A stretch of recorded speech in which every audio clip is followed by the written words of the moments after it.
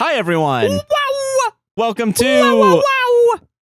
a podcast will save this relationship. I'm Sarah, she, her. I'm Josh, he, him. Did I have my mouth agape? No, when you were did just, that? no, I swear to God, you were looking at me like I'm sick of your shit, kind of.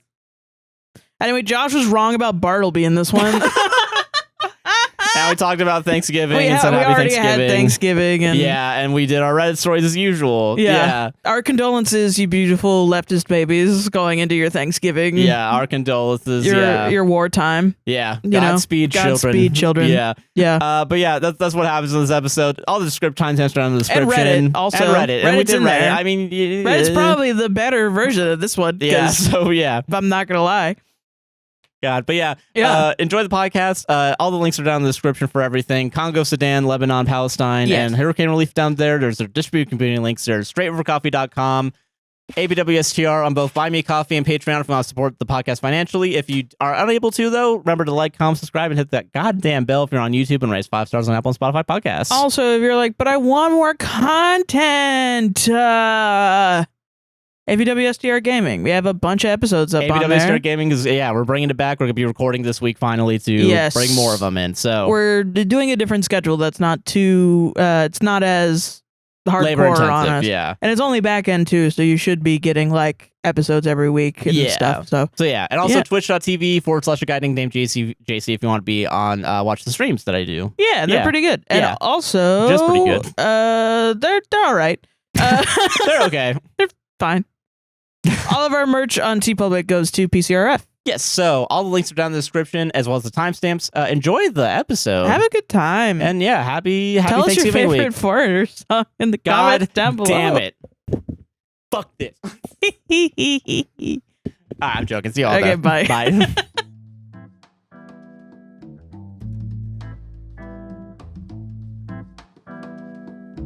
All right, take two. Take two. I mean, no, back to start. This is totally take one. What are you talking about? Take 5. Like the song.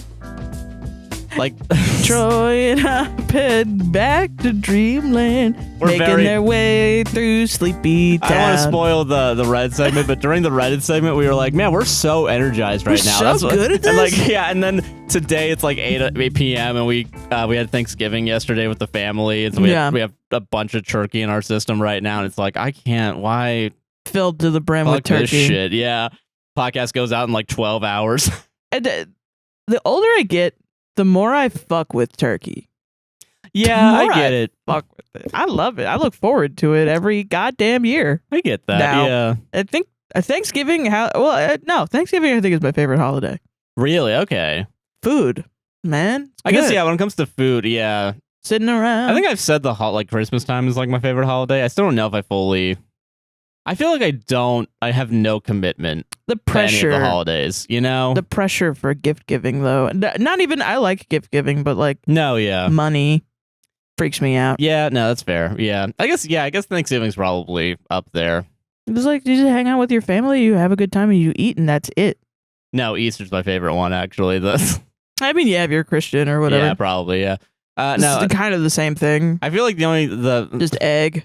Yeah, there's lots of egg. Specifically, the Reese's egg. The best one. Yeah, I think you like that one a lot. That's don't the only. you? Yeah, I don't know why not having a hard edge and just a big I love circle. The hard edge. You're insane. No, I think I'm not shitting on regular Reese's. I think they're fine. I'm pretty sure you're shitting on regular Reese's. A softer edge and in a circle. Yeah, it's great. And a little oval, it's awesome. No, I need a hard edge. Perfection. Yeah, I need that edge to be hard. And you know what I mean? The little crinkles or whatever the fuck. Yeah. Yeah. Yeah. Okay. Need that shit. I just don't like the waste that comes with the paper wax. No, yeah, I agree with that. How about that? Yeah. Someone doesn't think about the environment. As if we always get the. As if we don't get. Plastic is better. A big plastic bag filled with 20 smaller plastic bags. With a bunch of individual use plastic cardboard in there. What the fuck? Yeah, okay. All right. Yeah, all right. Listen. Honestly, you could hand me a loose bag of chocolates and I would probably eat them. I'd probably eat anything you give me if I'm honest. Yeah, that's fair. Yeah. God. I will say that's the only good thing for Halloween now for me, I think. Oh, yeah. Yeah. Can we talk about this Publix food that we got yesterday, bro? Yeah, let's shit on Publix real quick. Whoa. I don't know what the fuck is happening. So the family has decided instead of cooking, they just wanted to get a bunch of shit from Publix, and we did it earlier so that way they didn't have to like work Thanksgiving, I guess. Or they wouldn't work Thanksgiving, but like not rush them beforehand, you know? Josh's mom is going on a trip, so we did Thanksgiving earlier this year. Yeah. And we got together yesterday and had Thanksgiving, and we had like a Publix dinner that they heated up. And the first thing they said, though, was like, oh, this shit's wrong. Like, they apparently had the wrong thing from what they ordered. Yeah, they ordered like one of each, and then they gave them like 3 sweet potato things. And then Which it was good. That was fine. Yeah, and then they, instead of mashed potatoes, which is the best food at Thanksgiving. Yes. They had okay. Well, my favorite food probably at Thanksgiving, like nice fresh mashed potatoes. Is that your favorite completely? Not mac and cheese, bro? Okay, if I'm making the mac and cheese, yeah. No, yeah. But like... I forgot that you hate everybody else's mac and cheese now. Everyone else's mac and cheese is dog shit compared to mine. And I thought that before I even made my own. So that's not even, like, unless it was Blue Box or, like, a very specific type of mac and cheese, I wasn't into it. That's wild. All right, I'm a picky mac and cheese guy, all right? All right. I don't... Fuck. Okay. Everyone calm down. All right. Calm down, Sarah. I'm not the one freaking out. No, okay, so I think, genuinely, though, like, if we're going to throw out mash, I think, honestly, the sides I'm more interested in than turkey. I think mashed potatoes, stuffing, and gravy, just those 3, that's all I need. I used to be like, oh, I have to eat turkey, like, as a kid, and now I'm like, hell yeah. I'm wondering how that turkey's going to be this year. I'm thinking about it in June. Yeah, but instead of my favorite thing, they decided to make the worst potato scallops I've ever had in my life. Not your parents, the Publix, yeah. No, my parents made actual food after this because they were forced to. Because it was terrible. Yeah. There's like all of us had it, and I'll eat. I'm like a garbage can. I will eat literally anything. Not this, though. No, it was disgusting. The first thing they said was it was too salty, and I wonder if that was the aftertaste, but the aftertaste was the thing that really ruined it. It was like the milk spoiled or something. Yeah, something was like really bad. Like something went wrong. Yeah, like way too wrong. Yeah. Like if they used a roux or something, it was like, which I don't know what Publix does for their scalloped mashed potatoes, but like it was just not right. Yeah, like I had like a little bit of it, and I was like, no. Yeah, we were all just like, what the hell? That's wrong. Yeah, that shit like is that's a wrong. morally reprehensible plate of scalloped potatoes. It just sat in the sink the rest of the night. Like they didn't even throw it out yet. They like put it in a little corner. Like you think about what you fucking did, scallops. Yeah, and there was some like cornbread stuffing that was okay. It just wasn't seasoned. It was all right, but yeah, it wasn't seasoned, and we were like, all right, that's a dud. So they just made the classic stovetop, whatever the fuck. The stovetop stuffing. I love it so much. Which honestly, just do that. You know, I feel like that's. I mean, these are my straight up my brands, all right? Yeah. Stovetop stuffing, you have to. Yeah. Bob Evans. Mashed potatoes. And maybe mac and cheese. I get it, but honestly, these are if we're doing branded. Yeah. I would rather have somebody make my food. Yeah, for sure. I think that's more, it's nicer. This is like last second, like, oh, fuck. I have to pull Thanksgiving out of my ass. Yeah. Yeah, you still have to make the turkey. I don't think anyone makes a turkey better. No. Honestly, if I really had to pull Thanksgiving out of my ass, I'd go to Boston Market and get a honey ham. Yeah. I wouldn't even have turkey. I think that's fair. Because I'm more like, I would trust someone to make a ham better than I would a turkey. Yeah, turkey seems so complicated. Like watching the Babish like Thanksgiving marathon was like, oh my God, that's what we have to do? Like, and then the idea of like, oh, you have to time manage every second of it. I'm like, literally. Yeah. Fuck that. Well, it's like, I don't know. I feel like I could make a turkey, honestly. Now that I'm 27 years old, I'm like, you know I definitely what? trust you to do that. I could fucking do that shit. Yeah. Honestly, though, if I were like making shit for us, I'd probably get like a Cornish game hen or something like that. Oh, okay. Something like small. Yeah, that's fair. Yeah. Yeah. I will say, I'm thinking about it now. It's weird that a lot of food was bad because besides the scallops and the thing, I went to Publix recently and I got like not even Publix branded thing. I got like a Cabot cheese. Yeah. And like within a month, without even opening it, like the bag, I don't know if it opened, but it didn't seem like it. but the cheese spoiled like immediately. Yeah, it was wild. Yeah, like I don't even think I had it for like more than like 2 weeks. And it's like and the only thing open. that in our fridge that like went bad without opening. You know what I mean? It wasn't the fridge. Like, yeah, no, the fridge killed my cheese. Yeah, or just like the fridge dying or something, and then yeah, no, everything else seems fine. It's just that thing in that drawer. Yeah, like was like no. I don't know why. It was so fucking weird. I have no clue. It was why. weird as hell, yeah. And like it was, I couldn't tell if it was open, but like the air was expanded around the bag. Like it didn't make any fucking sense. I've been noticing a lot of other stuff. Like there was that one time I had, oh god, what was it? It was like Walmart chicken stock. And I was pouring it out, and it was just goop. Yeah, it was like really bad. Jelly. Yeah. And I was like, what the fuck I feel like I'm noticing that happen a lot more. Like there's that listeria outbreak that everyone's talking about, right? Yeah. And there's like other shit. There's like another thing too that I think just happened, but... Oh, it was ground beef. Ground beef is what I'm thinking of right now, yeah. Yeah. Yeah, no. I Crazy. feel like, I'm just like, god damn it, nothing's safe right now. Yeah. And everything that is safe tastes like dog shit, apparently, or is going to break on its own. Yeah, literally. So, I don't know. It's a weird time. I hope everyone's going to have a good Thanksgiving, though. I hope, like, you know... I mean, besides all the dog shit, I mean, I hope you guys really have fun. Every food is bad and you should be scared, but also have a good Thanksgiving. Have a great time. Yeah, especially if you go to Publix and get that boar's head. Let me tell you guys. That's Hey. I guess get everything hot already. I guess, yeah. I guess. Yeah, you got to cook it to 500 degrees Fahrenheit, which I think is perfect food temperature, right? That's what everyone says to do. Bring a separate if you have a small child, to have them Google everything that you buy to see if there's an outbreak currently. Yeah, if your lot number for the meat is the right one. Jesus Christ. Yeah, isn't it fun? Isn't life grand? Isn't life grand? Oh man, I will say I'm happy. I'm ready for the winter time now. I feel like getting up early. We've been getting up earlier comparatively. It has We've helped. had to force ourselves to wake up early because bullshit. Compared but it's to helped. having 3 hours of sunlight, like I like finally being able to like have a weekend for sure. Like honestly, with a new schedule, it feels unfair. Like knowing that, like I don't know if you had this feeling as a kid, but like when you would be in summer and then you would like fall asleep and you'd wake up at like noon or whatever. And be like, yeah, epic. Summer's epic because I get to wake up at noon. And like, there's still 10 hours of daylight. I can do whatever I want. Let's freaking go. And then like, you go to school and you all of a sudden you have to wake up at 6 in the morning or something. Yeah, and then you go to school and you're like, fuck this. I wish I could stay at home and wake up at noon. It's like, no, you fucking don't actually. Because when you're an adult and you create your life around your beloved concept of waking up at noon, such as making a Reddit podcast. Selling your soul and body to the internet for everyone to criticize. You now wake Can't up relate. at 12 and you got 4 hours of sunlight. And all of a sudden you're like, why do I want to die?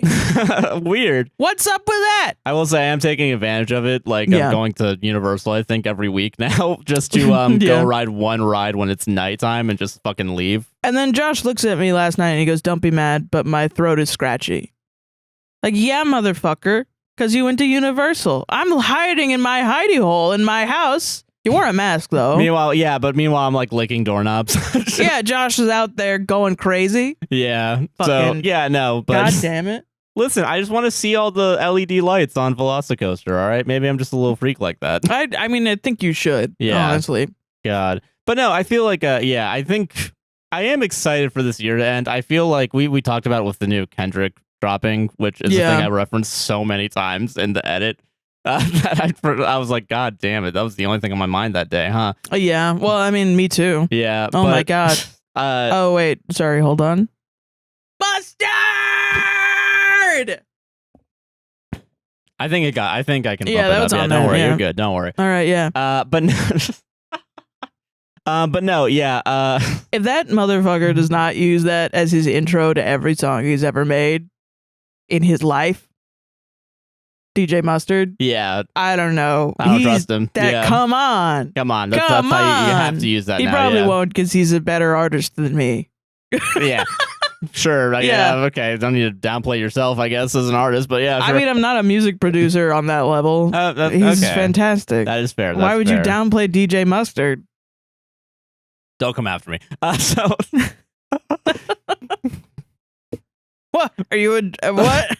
I'm on Kendrick's side. Thank you. All right, I'm on Kendrick's side. Obviously, I'm on the correct side. Yeah. Yes, thank you. Yeah, but dude, when one side has the calls out Snoop Dogg and gets him to be like, yeah, I was just high on edibles, fam. Yeah, no shit. And the other side goes on to XQC's stream.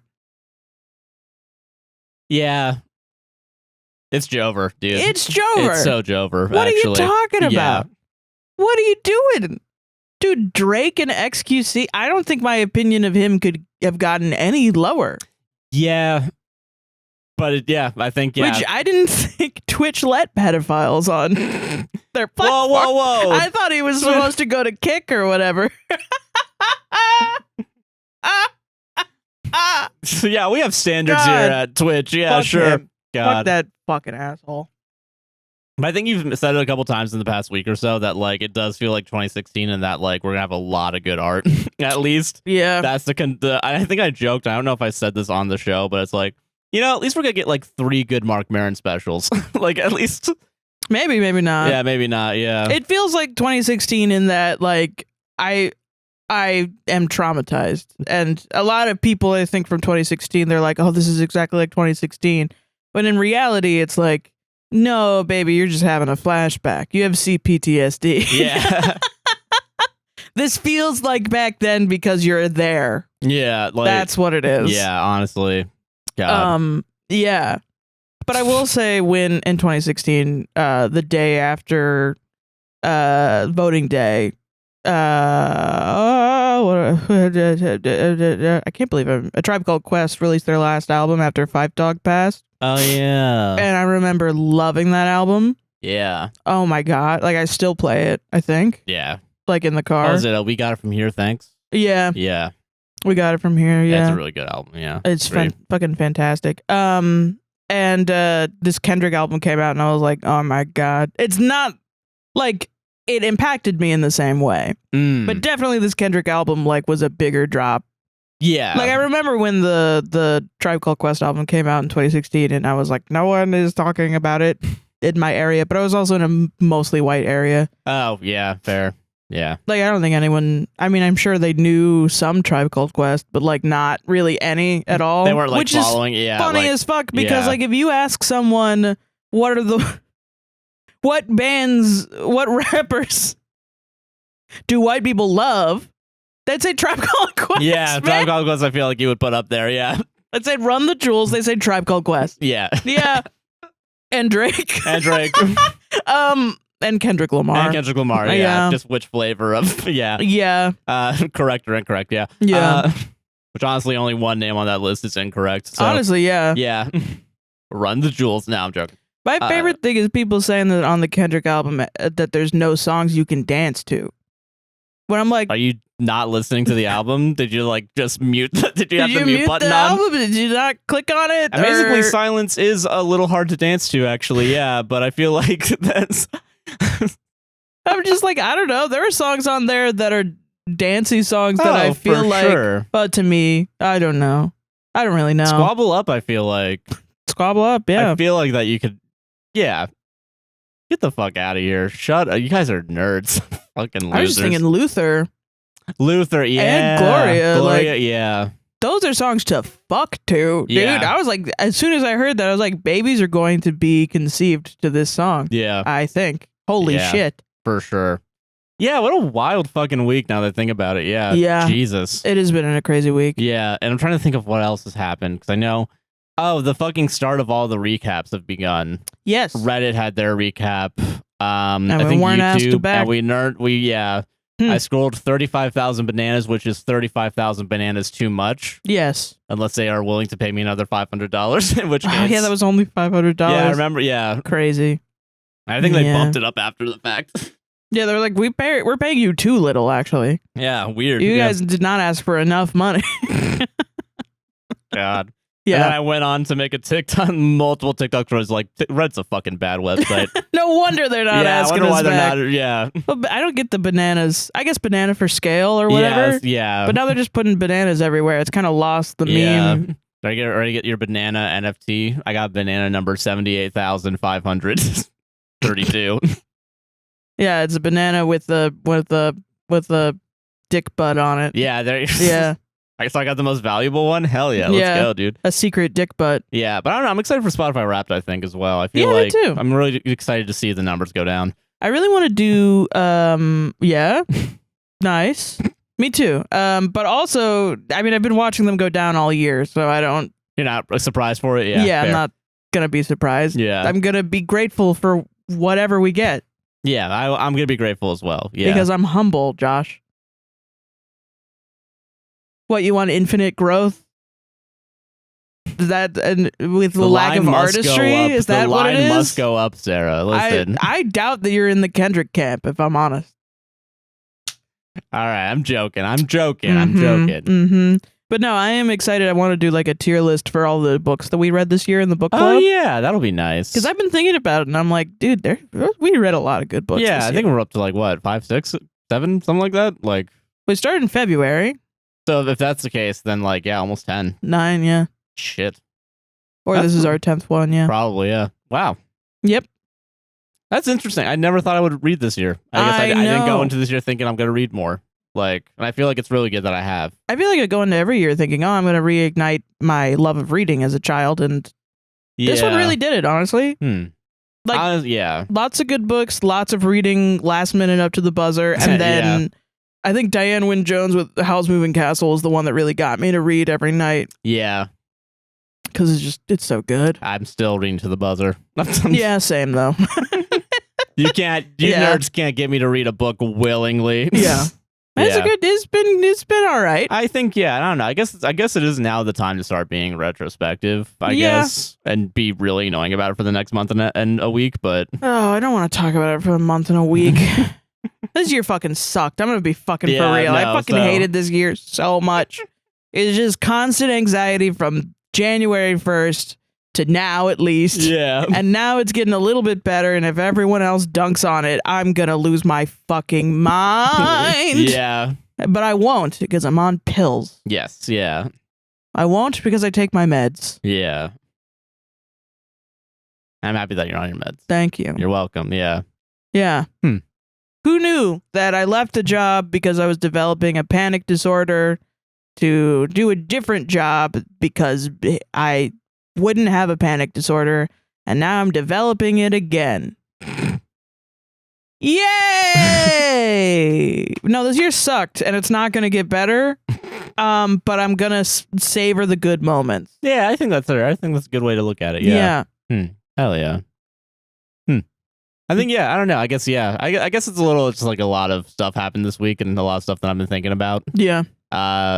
And also, I've realized when it comes to talking about the movie today, I don't have a coherent way to talk about it. It's okay. But I mean, it's Bartleby. It's Bartleby, yeah. So it's not coherent, really. Yeah. So I mean, it is, but it is coherent. But there's a couple things here and there that's like, okay. I don't know. I think just like yeah. I don't know. I'm curious to see how this last month's gonna go. I guess, yeah. Yeah. I will say, I feel like I wake up every day being like, are you fucking serious? We're already passed through November. Like, this is already done. I feel like yesterday was the first. I don't know why. No, same. Yeah. Time is flying, man. Time is flying by. Yeah. There's the segue to Bartleby. There we go. Thank God. There you go, I found bitch. it. Yeah. So for the last... Take the reins. I'm going to go on break. You're going on break? Yeah. But yeah, no. So I guess, that's not really a good segue, but we're gonna talk about Bartleby. This is our last. Fine. This is our last movie for the good movies. Sarah recommends movies for Josh to mansplain to her because she's already seen them, so it would actually be the mansplaining. Yes. Well, no, it will actually. Well, yes, you will be actually mansplaining it now to me. Yeah, because I think the last two movies this month. You told me about, right? Like you've watched the past 3. Honey. All of them you've watched? Oh, okay. Yes. Never mind. Yeah. So I've seen all that jazz, and I've seen No Country, and I've seen Ikiru? Yeah. We didn't talk about No Country, but no. Oh, we didn't talk about No Country? Yeah, that was the book. Oh, yeah, we skipped one because I had a breakdown. Yeah. Yeah. Good times. But this is our last one with that. And Bartleby's an interesting movie, and I told you this yesterday or whatever day it was, that like I like the ideas of the movie more than I like the movie itself, if that makes sense. I will say there's a couple of things that I want to get done right off the bat. First of all, I don't know why. I looked at the Rotten Tomatoes just to see like what do other people think about this to start. It does not deserve 31% or like 39%. No, it's a good movie. I would like, like 60, 70, I think is more acceptable, I think. Should I give a quick plot synopsis? Yeah, if you want to, yeah. Okay, so Bartleby is about like a boring ass. The movie is based on a Herman Melville like novella called Bartleby the Scrivener, which is about like a worker that is like a really good worker, and then eventually he starts saying, I would prefer not to. Yeah. When people give him like tasks or instructions. And instructions to do. And eventually what happens is it reveals that like it's kind of a critique on like the individualistic workplace management of like capitalism, if that makes sense. Yeah. And eventually Bartleby realizes that his entire life is work. He says, I would prefer not to. And then he ends up dying. He ends up killing himself. Because he realizes all of life has been taken away from him, and the point of that, it all is work. In the short story, is it also that he starves himself? Well, it's not even that he starves himself in the movie, but like, isn't it like starving or like that I don't know. I haven't read the short or something. Story. Yeah, so I don't know. I haven't read the short story either, but I've seen the plot synopsis for it. Yeah. And you fucking watched it recently. I watched it in high school. Can you please give a plot synopsis? So in the Bartleby movie, it's a modernized take of it, so it's not taking place in like the 1850s or whatever. Yeah. Basically, the real quick plot synopsis is that there's a public records office that is like they're trying to hire a new guy, and the new guy is Bartleby. And he's kind of weird. He's played by Crispin Glover. Yep. And Crispin Glover's great. I've no really notes for him. He's a very commanding presence and like awkward presence in there. Right. And he starts off like in the short story, basically like he's a great, excellent worker, and we get a lot of shots of him just like fucking putting files away. That's the one thing he does. And then the second that anyone asks him to do anything besides that, slowly it becomes like he says, "I would prefer not to," or some variation of that. And slowly he stops doing more and more work until at some point he's just like not doing work, and he's kind of staring. He more often than not like stares up to an AC vent. Yes. That is vibrating, and everyone's like, "Why the fuck are you doing that?" Yeah. To the point where they're like, "Oh, he has attention deficit syndrome, ADS." Yeah. And then, which is a more of an important plot point than I thought it was going to be. Like, at least the idea of him having it, at least. Yeah. And then eventually they find out that there's just a dead bird inside the AC. Yeah. And everyone's like, "Oh, that's where the bird is."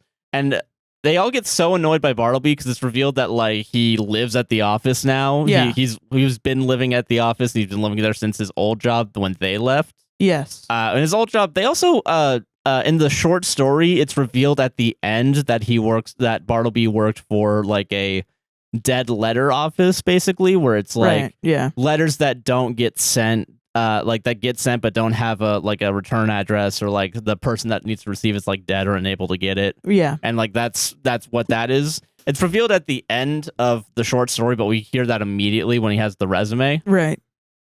Which I think is an important detail to bring up, but we'll get to that later. Yeah.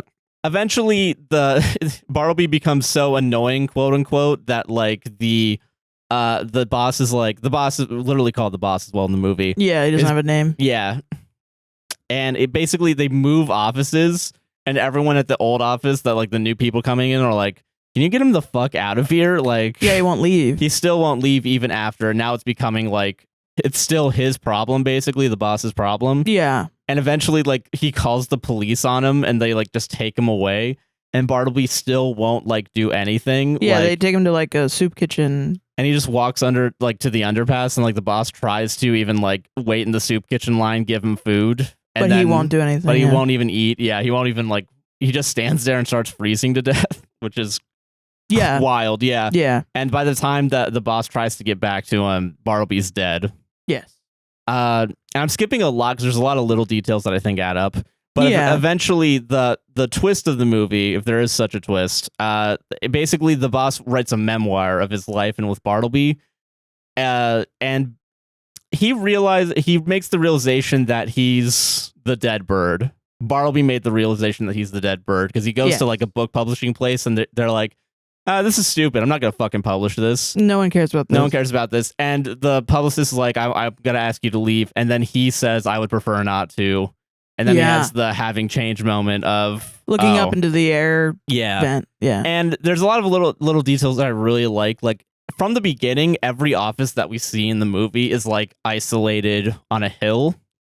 And like the only way you can get to it is by driving, basically. Yeah. And the one time that like they say like, oh, you can take a bus is like, oh, you have to get up at like 3 a.m. Yeah, that's part of it. Yeah. Yeah, and I think the movie I feel like is probably more of a critique of the American like office and a lot of capitalistic culture. Yeah. Yeah, especially the idea, and I think there's like these little things that I now look at it and watch it. I'm like, oh, these were all problems in 2001. Yeah. They have not changed. Yeah. Like car dependent culture, like just like the views of like an overpass on the highway, like everyone has to drive. But the reason why I say that is because the big metaphor right at the end is that we see we look at the air AC vent, and as we slowly start fading away, it becomes like an office building. Yeah. And then we just see like 10, 15 isolated office buildings. So it's all happening. Oh, wow. Everywhere else, basically. Yeah. And I think that's why I really like want to talk about the themes first, because I just wanted to give everybody a big, in case they didn't know. Yeah. And I do recommend giving it at least a watch, see how you feel about it. I can see why this movie, I will say there's some people that I'm like, I see and they're like, this is fucking lame. Like, I went on Rotten Tomatoes. I looked at the audience reviews because that's where the gold is. Yeah, really. Wow. And yeah, I was just like, what a waste of 80 minutes. Oh my and I'm God. like, Jesus Christ, dude. Holy shit, man. Listen, because you hate your job and you're projecting doesn't mean like fucking. What a waste of 80 minutes. That's funny as fuck. Yeah, and like no one cares about this. No one cares about this. Why would I publish your novel? Yeah, I will say one of the more rough reviews that I saw was like Crispin Glover acted his ass off for not, basically, for like this movie. And I do have some issues with the movie. Just I think to me it's a little bit more of it's a slower movie even than compared to like Akiru even. Yeah. I still think it's I don't want to go so goddamn hard like everyone else is, because I don't think it deserves that. I think there's like maybe like 2 or 3 like choices that I'm like, I don't know if I would have done that, or like if that added to it. When you told me, you said it was more like editing issues. Yeah, editing issues and like just little things that like took me out of it. Like at some point, like they show, and I feel like this actually does kind of is a hindrance. Like they decide when they're deciding to move offices, they do like kind of like a circular wipe to show the new office, and then like go right back to it. And it's only like 3 seconds, this like little sequence of it. Yeah, and I kind of feel like it kind of not ruins, because that's too harsh of a word. It kind of spoils a little bit of that last part where it's the reveal that all the offices are like that. Because it's like, all right, let's move on. Yeah, like, you know, because in that one, it's like it's also on a hill and it's just like a little bit of a different building, which I guess isn't the same as like every office is like that. But like seeing it happen twice is like, oh, that's a pattern now, I think. Yeah. That's how it registered in my mind, at least. Okay, I see. And for it to do it, like for that decision also to like that happening only in that 3 seconds, I'm like, you didn't have to do that necessarily. Yeah. Like little things like that, I think, is what took me out of it. But I really. It is very dated. For sure. Yeah, but it's also dated on purpose. Yeah. For the time, and then it's dated as well. Yeah, like it's really like, and I think it's what's interesting too is that like, and I think that's why it works still well for me. Yeah, is that you really don't have to change much again to make this movie work, you know? Yeah.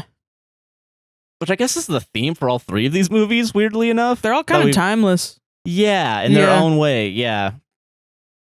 This one I feel like is the only one that even had a chance of not being timeless, because like we could have fixed all these issues, but like the story being written by Melville. But I think also, I mean, it kind of is like, you know, Melville, who wrote Moby Dick, who I'm actually reading right now. I'm reading Moby Dick to go to bed. Yeah, which that motherfucker hates that whale. That's my joke about Moby Dick. Damn, that motherfucker hates that whale. But no, yeah, it's you know, I'm reading Moby Dick to go to sleep, and the way Herman Melville wrote was just so like, it's fantastic, but it's also like it's so concerned with American like working and shit, and the internal, like even in Moby Dick, like it's very setting itself up like to very obviously be like the whale is not real.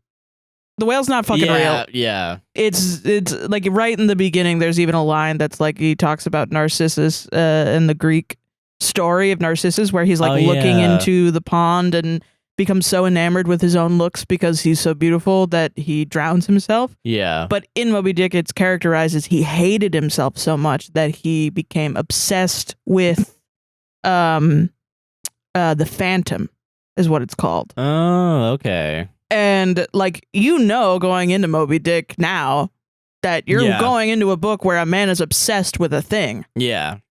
And so for the beginning to be like, this man is depressed, he wants to kill himself, and he's obsessed with the Phantom. Yeah. And he's telling you in a retrospect, like, I'm obsessed with this fucking whale. It's like Herman Melville is a very, like, it's easy to get, but it's also deep shit. Yeah. It's also so many details, so meticulously planned and put there and expanded upon to get to the themes of whatever it is that he's trying to get you to do. And I think also the Bartleby the Scrivener, I didn't know this until we watched it like months ago. I was referencing Bartleby the movie. Yeah. And I was like, yeah, it's based on like a book and then or whatever, and I look it up and it's like I look up Bartleby the Scrivener. Yeah. And saw that it was Melville, and I was like, oh shit, that rings a bell. It's the Moby Dick guy. Yeah. And then reading about how the book came to be, where Melville was reading an anonymous short story in a newspaper of a lawyer that was anonymously published his own short story about being a lawyer or something, and how it talked about a scrivener offhandedly in a very dehumanizing way. Yeah. And he was pissed, and he was like, I'm gonna write a story from the point of view of that scrivener. And I think that's that's why it fucking matters, because it's like, in this whole thing, everyone else dehumanizes Bartleby to a point. Yeah. So for the movie to make Bartleby ridiculous looking and seeming, and for Crispin Glover also to play Bartleby in such a obviously neurodivergent. Oh yeah, for sure. And empathetic way. Yeah. Is also very important. Yes. And I will say too, I think the movie does go farther than the idea of because I think it does happen in the short, but the short story, but like I think the ending where it's like the boss also realizes that he's that's so important. That is a very important detail, I think, and I think that's a good addition to. It's what I wish more movies were doing when they modernized something. Yeah, like actually cemented in the now. Yeah, cemented in the thing, but that would require you to not just rely on the source material. Yeah, and it would require you to actually be like, okay, what are some things in nowadays that are like the new versions of this from this story? Yeah, and I think with how they do it here, so there's the boss character, and then there's three other coworkers that Bartleby has, and it's one's the secretary, one's the mobster, is what I'm gonna call him. Oh yeah, the fucking guy. Yeah, and he just always like, I'm gonna break your fucking legs, Bartleby. Yeah, he's like so aggressive. He's like the toxic masculinity character. And then there's the other, I guess, neurodivergent guy is like kind of how it is. Like in Wikipedia, it's described as neurotic, which I think that's fair. The old word for neurodivergent. That was a joke, everybody. Yeah, you can laugh. Yeah. What if I turn into that? What if I turn into like an old?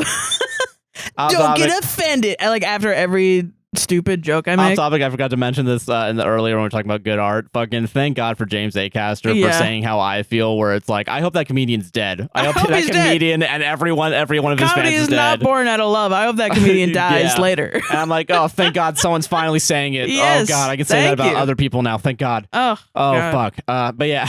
Which, by the way, we have to watch Nevermind the Buzzcocks because Greg Davies hosts it, and I didn't know that. actually. Yeah. Okay, we can do that. Fuck yeah. Yeah. But no, yeah. So with that, the I think making the modern tune, making these kind of like more like I guess farcical characters, where like But I think it's an important thing where like the toxic masculinity is obviously like kind of shading like like the facade of like being a tough guy but not really letting anyone in. Meanwhile, the neurotic guy, quote unquote, is like, I just want to fucking talk to you. I want to talk to you about how like they're having dinner at some point and the mobster's like, just say fine.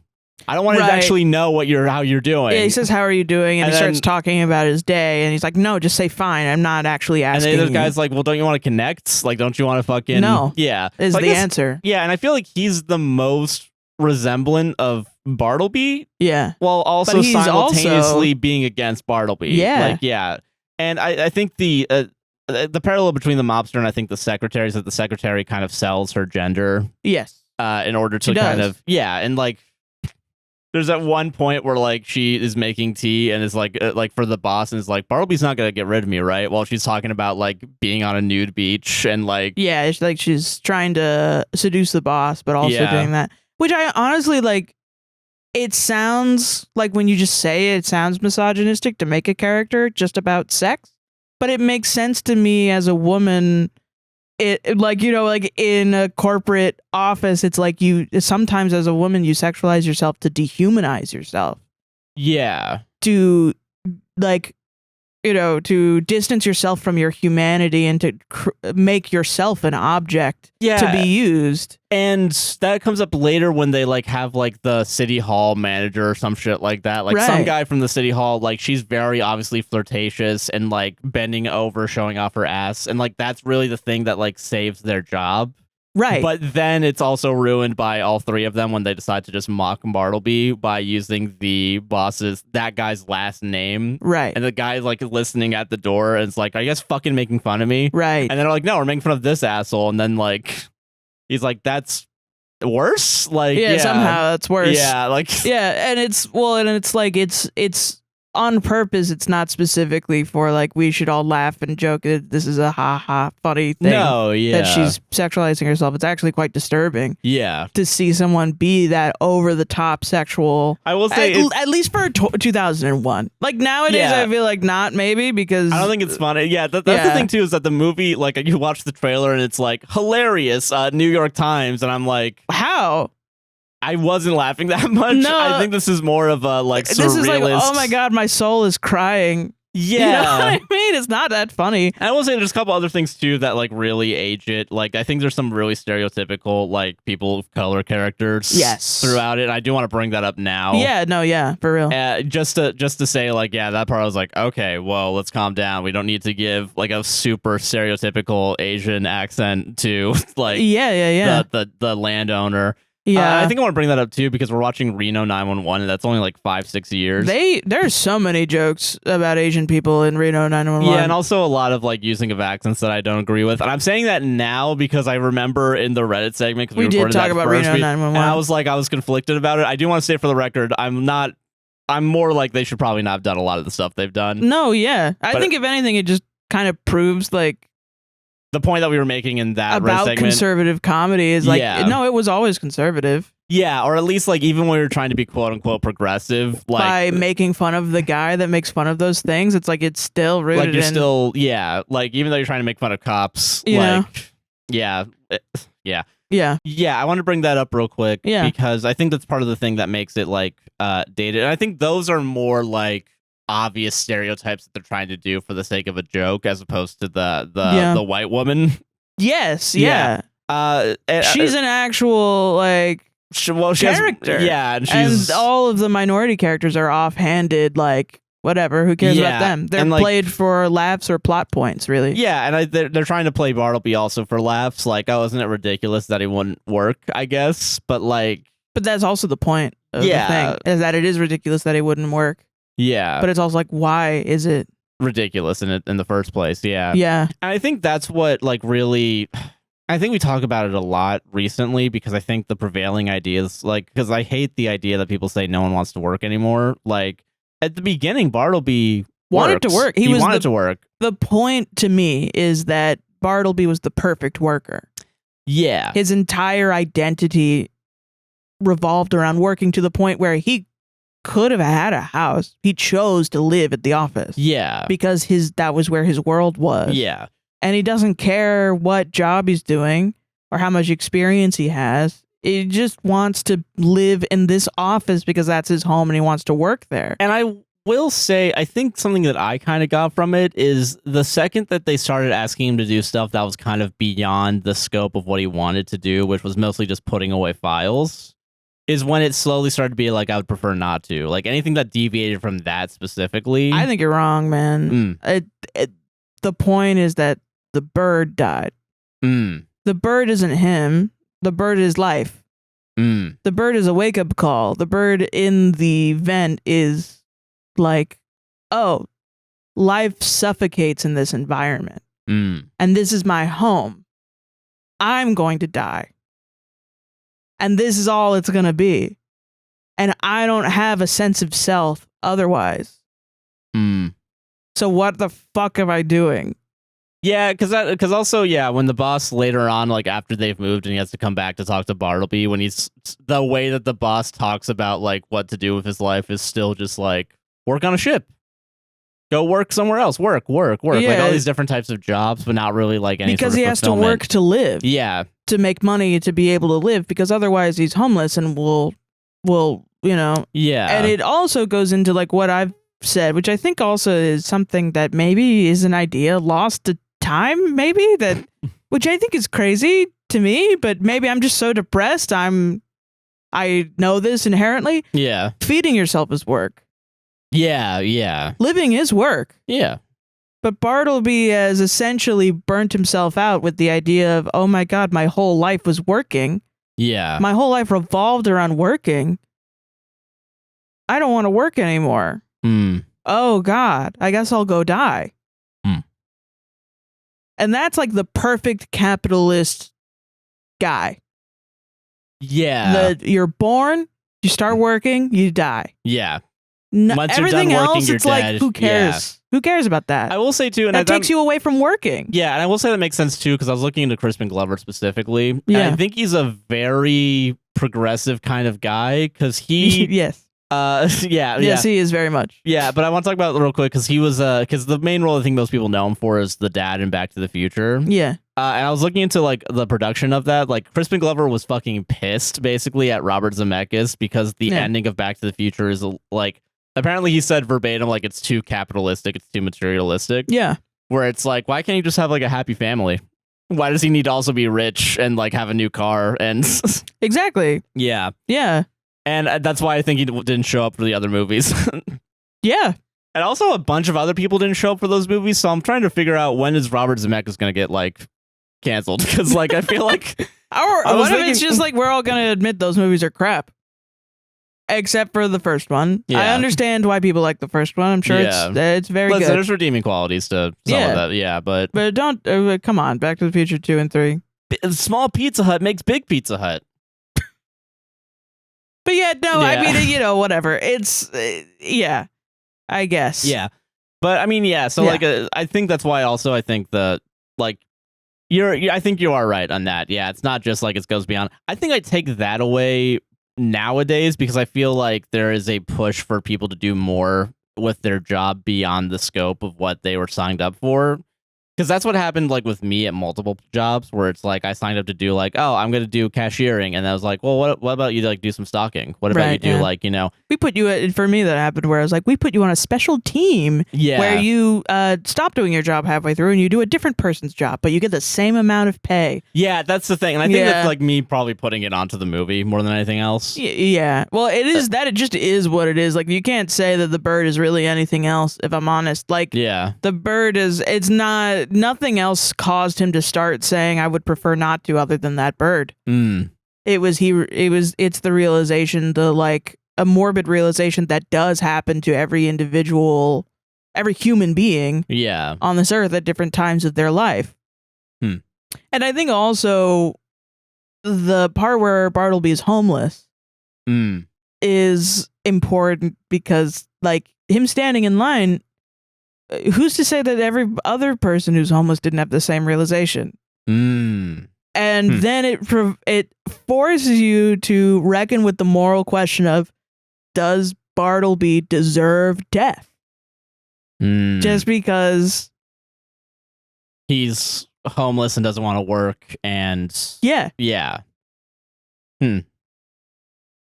That's weird. Okay, the movie I think then kind of drops the ball on that real quick, because I mean that's me extrapolating. No, and yeah, because if that's the interpretation, which I think is a more interesting interpretation, because the way the movie really shows it is like when the boss is waiting in line, like when the boss runs to the soup kitchen, drives to it, and he's like, I'm gonna pay you for it, which I think is an important detail that he's like tries to bribe the guy, like take the money. He's like, what are you bribing, a charity case? But like the guy's also kind of like a belligerent asshole. Like the guy working at the soup kitchen is a belligerent asshole. A little bit. Like that's kind of how it's portrayed in the movie. I don't know. I think the boss is a belligerent asshole. He's trying to cut in line in front of a bunch of other homeless people. Why did I get that impression? I feel like this is why I think the movie's trying to like. This is why I think the movie drops the ball, because that was the vibe I got. Because then also it was the like boss looking annoyed at while the guy was like preaching to everybody while he was waiting in line. Like, yeah, I don't know. I feel like that's why it feels like more of a.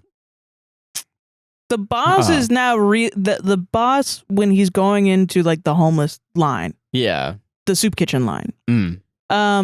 He is realizing that.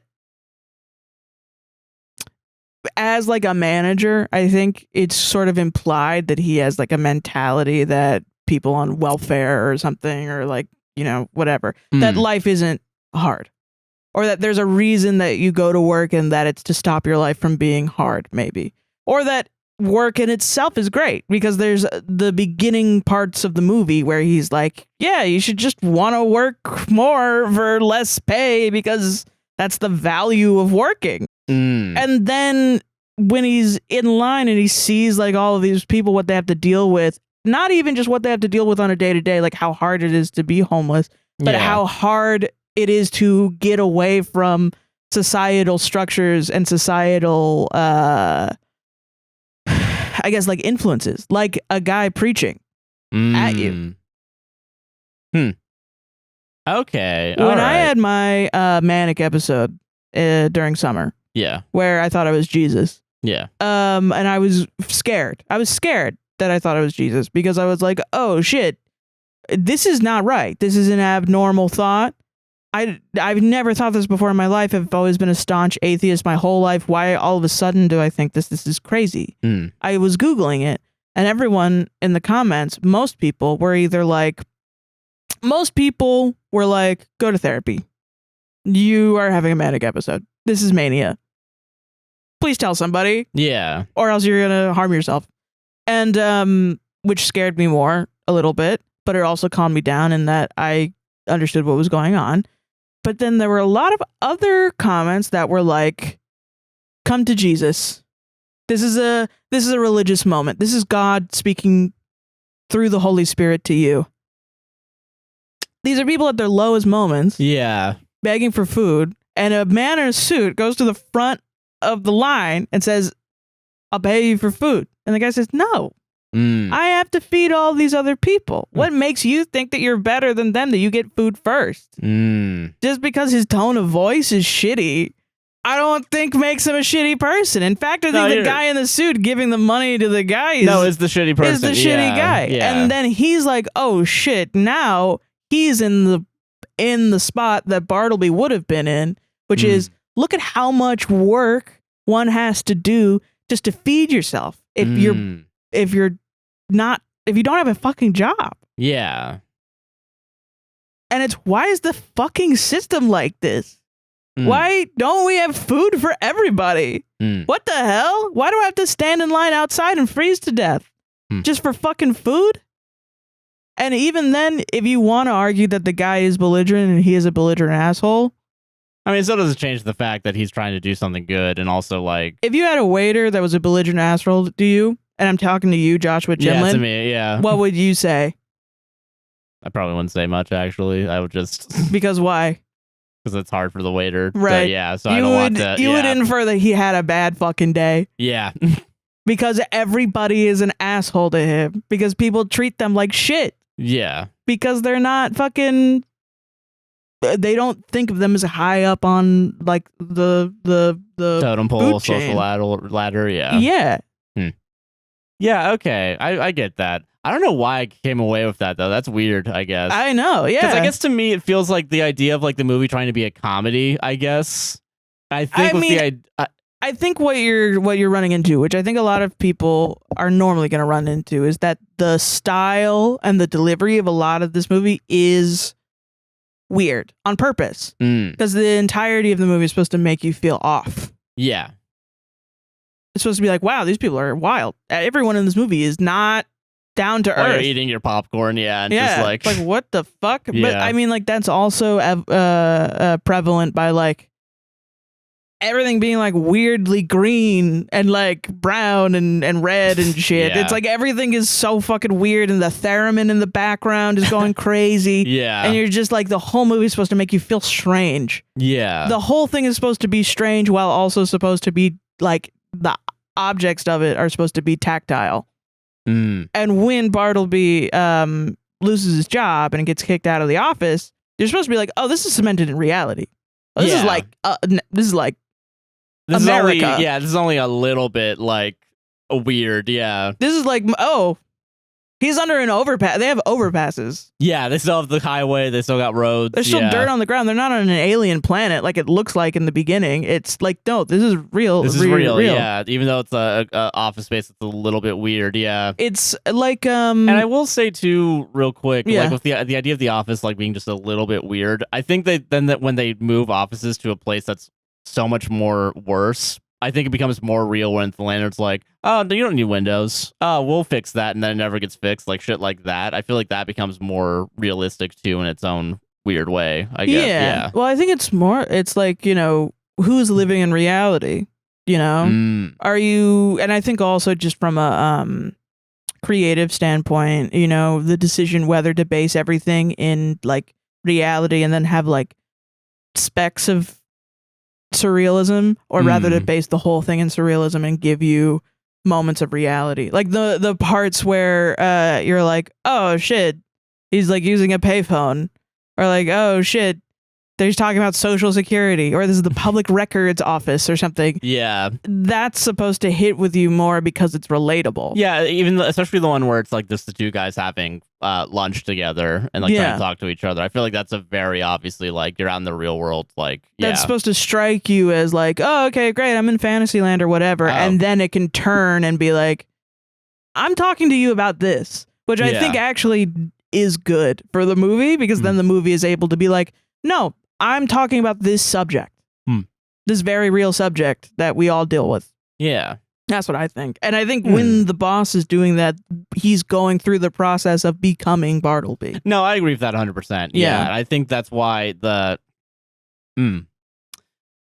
No, yeah, I just agree with that. Because, I mean, yeah, that's supposed to be the parallel throughout the movie, is, like, the slow change of, like... Because even then, like, the boss, like, throughout the movie still isn't like, well, I don't really want to get rid of him. I don't want to hurt him, Like, there's still, like, that little bit of humanity. That's the boss's red line, is... Yeah, I don't think people should just die because they're not working. That's why we have welfare. Yeah. And then it goes through the process of welfare, and it's like, no, the system wants these people to die. Yeah. But you can't rely on the system. And also, the system doesn't give a fuck if you want to try telling people about it. Like, no one's actually interested. Yeah. It's not even that it's not true. It's just that no one cares. No one cares. Yeah. Which is directly relatable to American society. Yeah. Yes, no one cares. Yeah, and I think that's why... I keep saying that, like, maybe... I think the more I think about it, the more I'm like, that makes more sense. The more... Every little detail starts making more and more sense the more I think about it, I guess.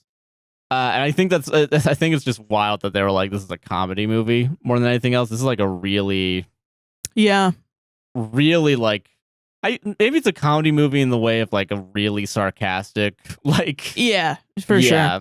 But it's not like the people in it are sarcastic. It's like the movie itself is kind of sarcastic. Yeah. Which I think is cool. I like that, honestly. I mean, that's my humor. That's definitely my thing, where I'm just like, yeah, and Donald Trump is gonna be the arbiter of justice. And the leader of the death of America.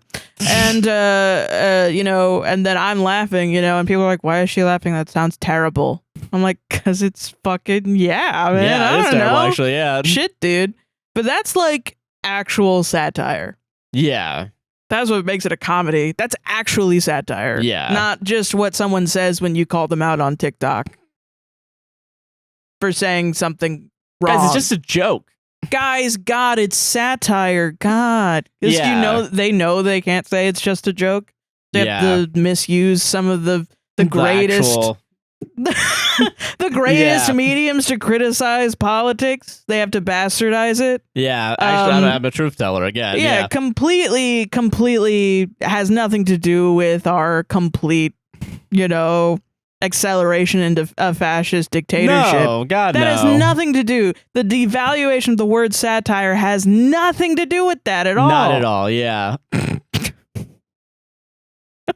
What are you talking about? Fuck yourself. You don't even know what that word is. Come on, man. Read a fucking Google it, actually. You don't even need to read a book. That's like, you could Google it. Satire's when you, with a cheese pizza, you decide to put marshmallow instead of red sauce, actually. Yeah, you get a cheese pizza, it's pepperoni. That's satire. Actually, no, that's gaslighting. No, it's a mistake. It's a mistake from the Pizza Hut. The Pizza Hut made a mistake. Yeah, we can, yeah. So funny. Oh my God.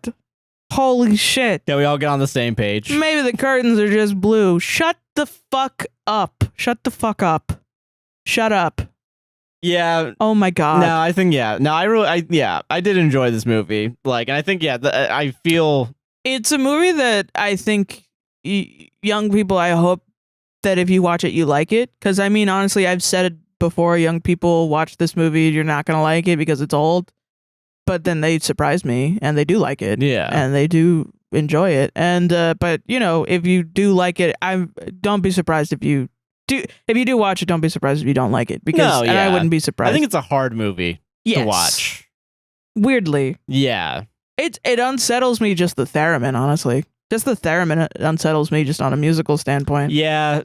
But I understand why they did it. Yeah. Yeah.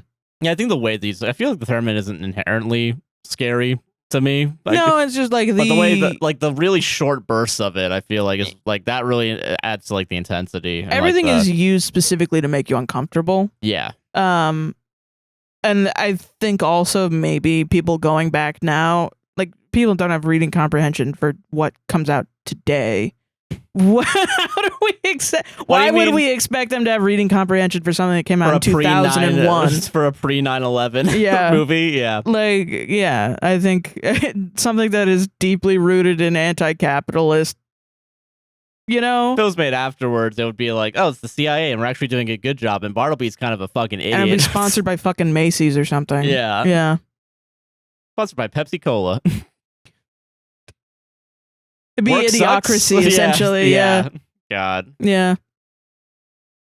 I don't know. Yeah, I guess, yeah, I do agree with the idea. Like, yeah, it is a hard movie, but I do think giving it a try is worth it. You know? I think it's a test. It's $3 on Amazon to rent, you know? Fuck it. It's good. It's on Tubi.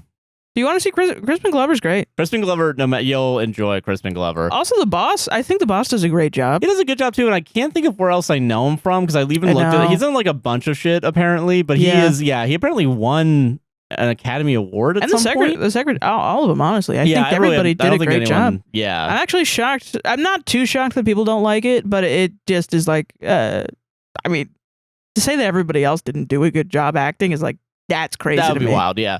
But yeah, no, fucking, I will say, when the boss says at the end, I would prefer not to, I'm like, oh my God. Yeah, that's really, I was like, oh fuck, he said it. And when they're all saying the word prefer in the office. Yeah. Yeah.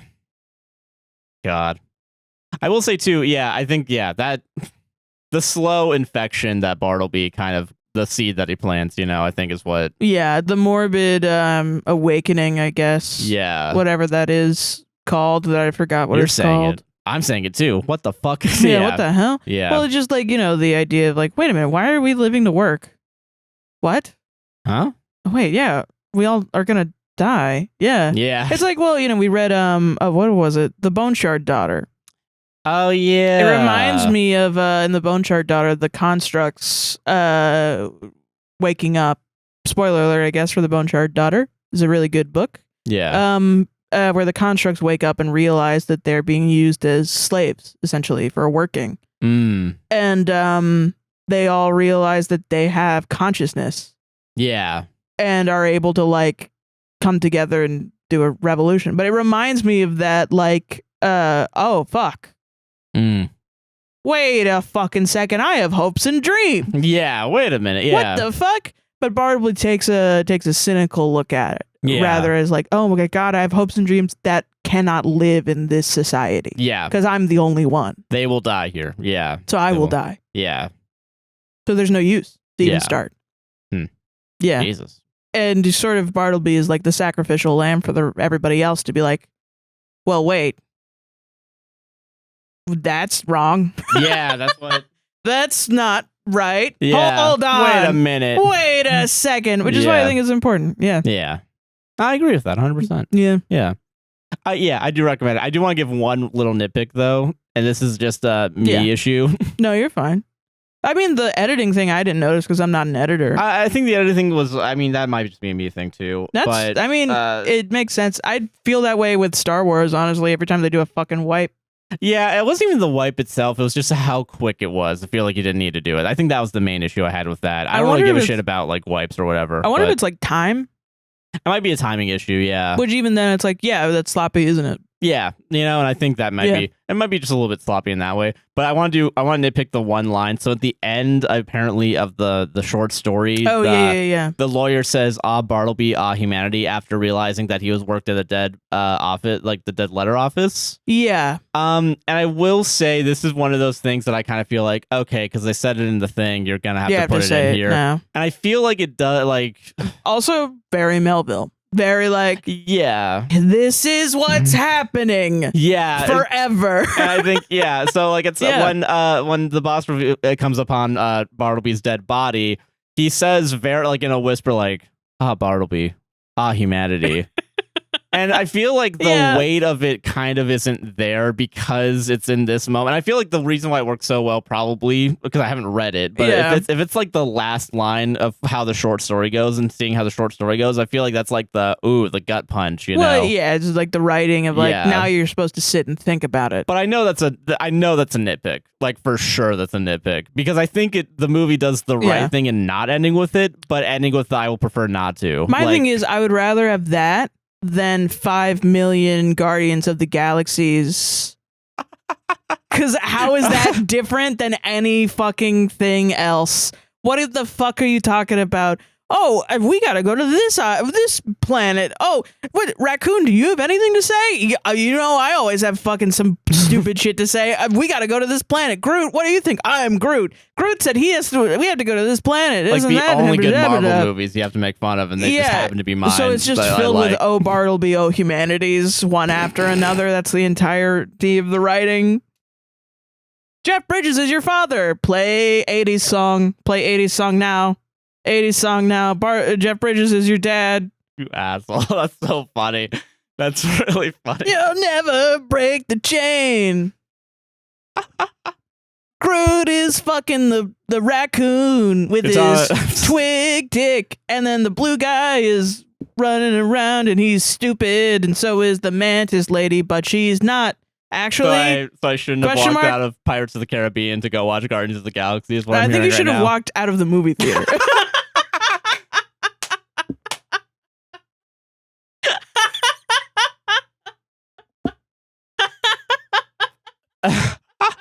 Okay.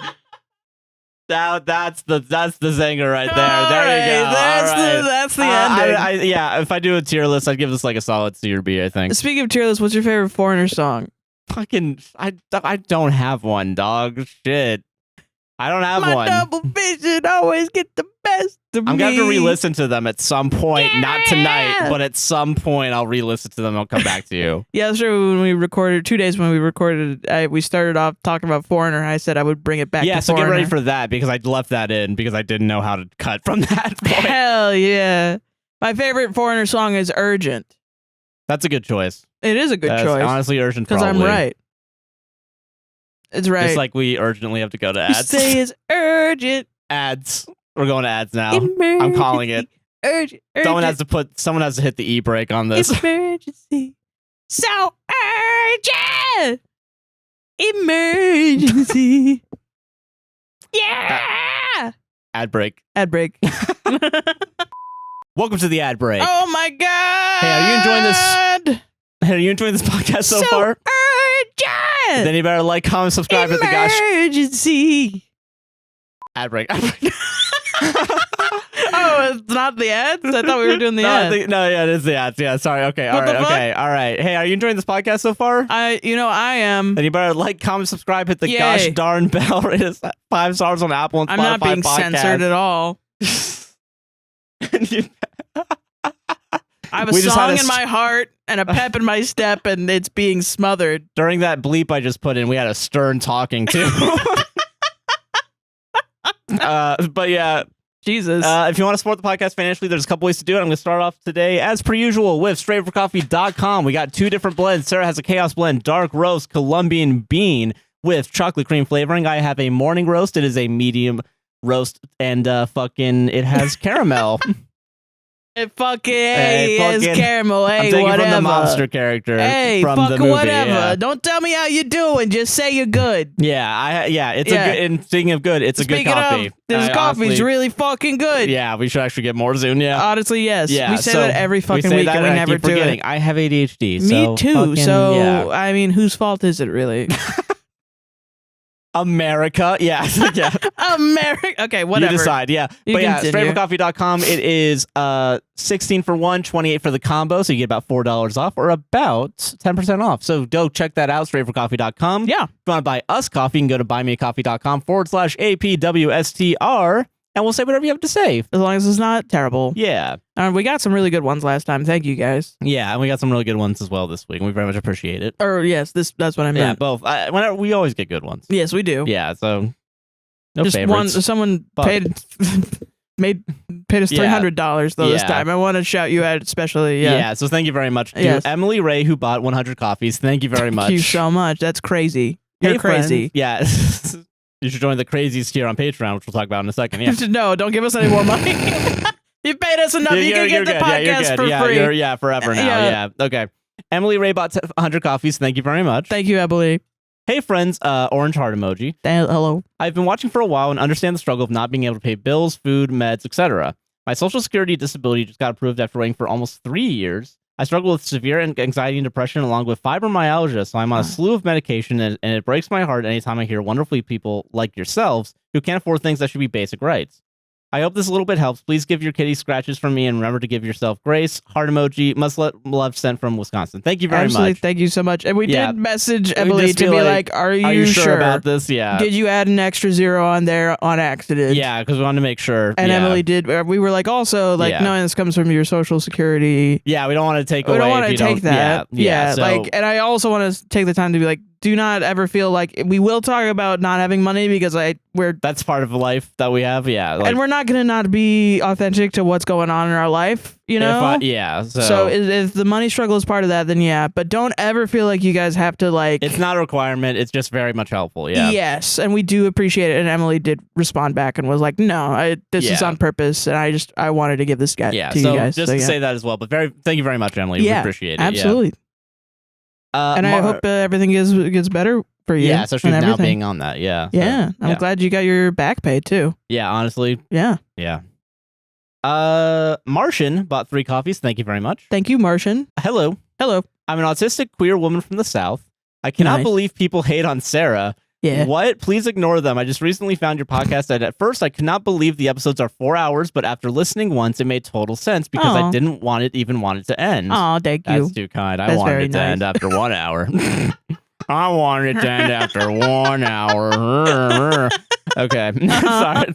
Okay. I'm in the editing room. Okay, sorry.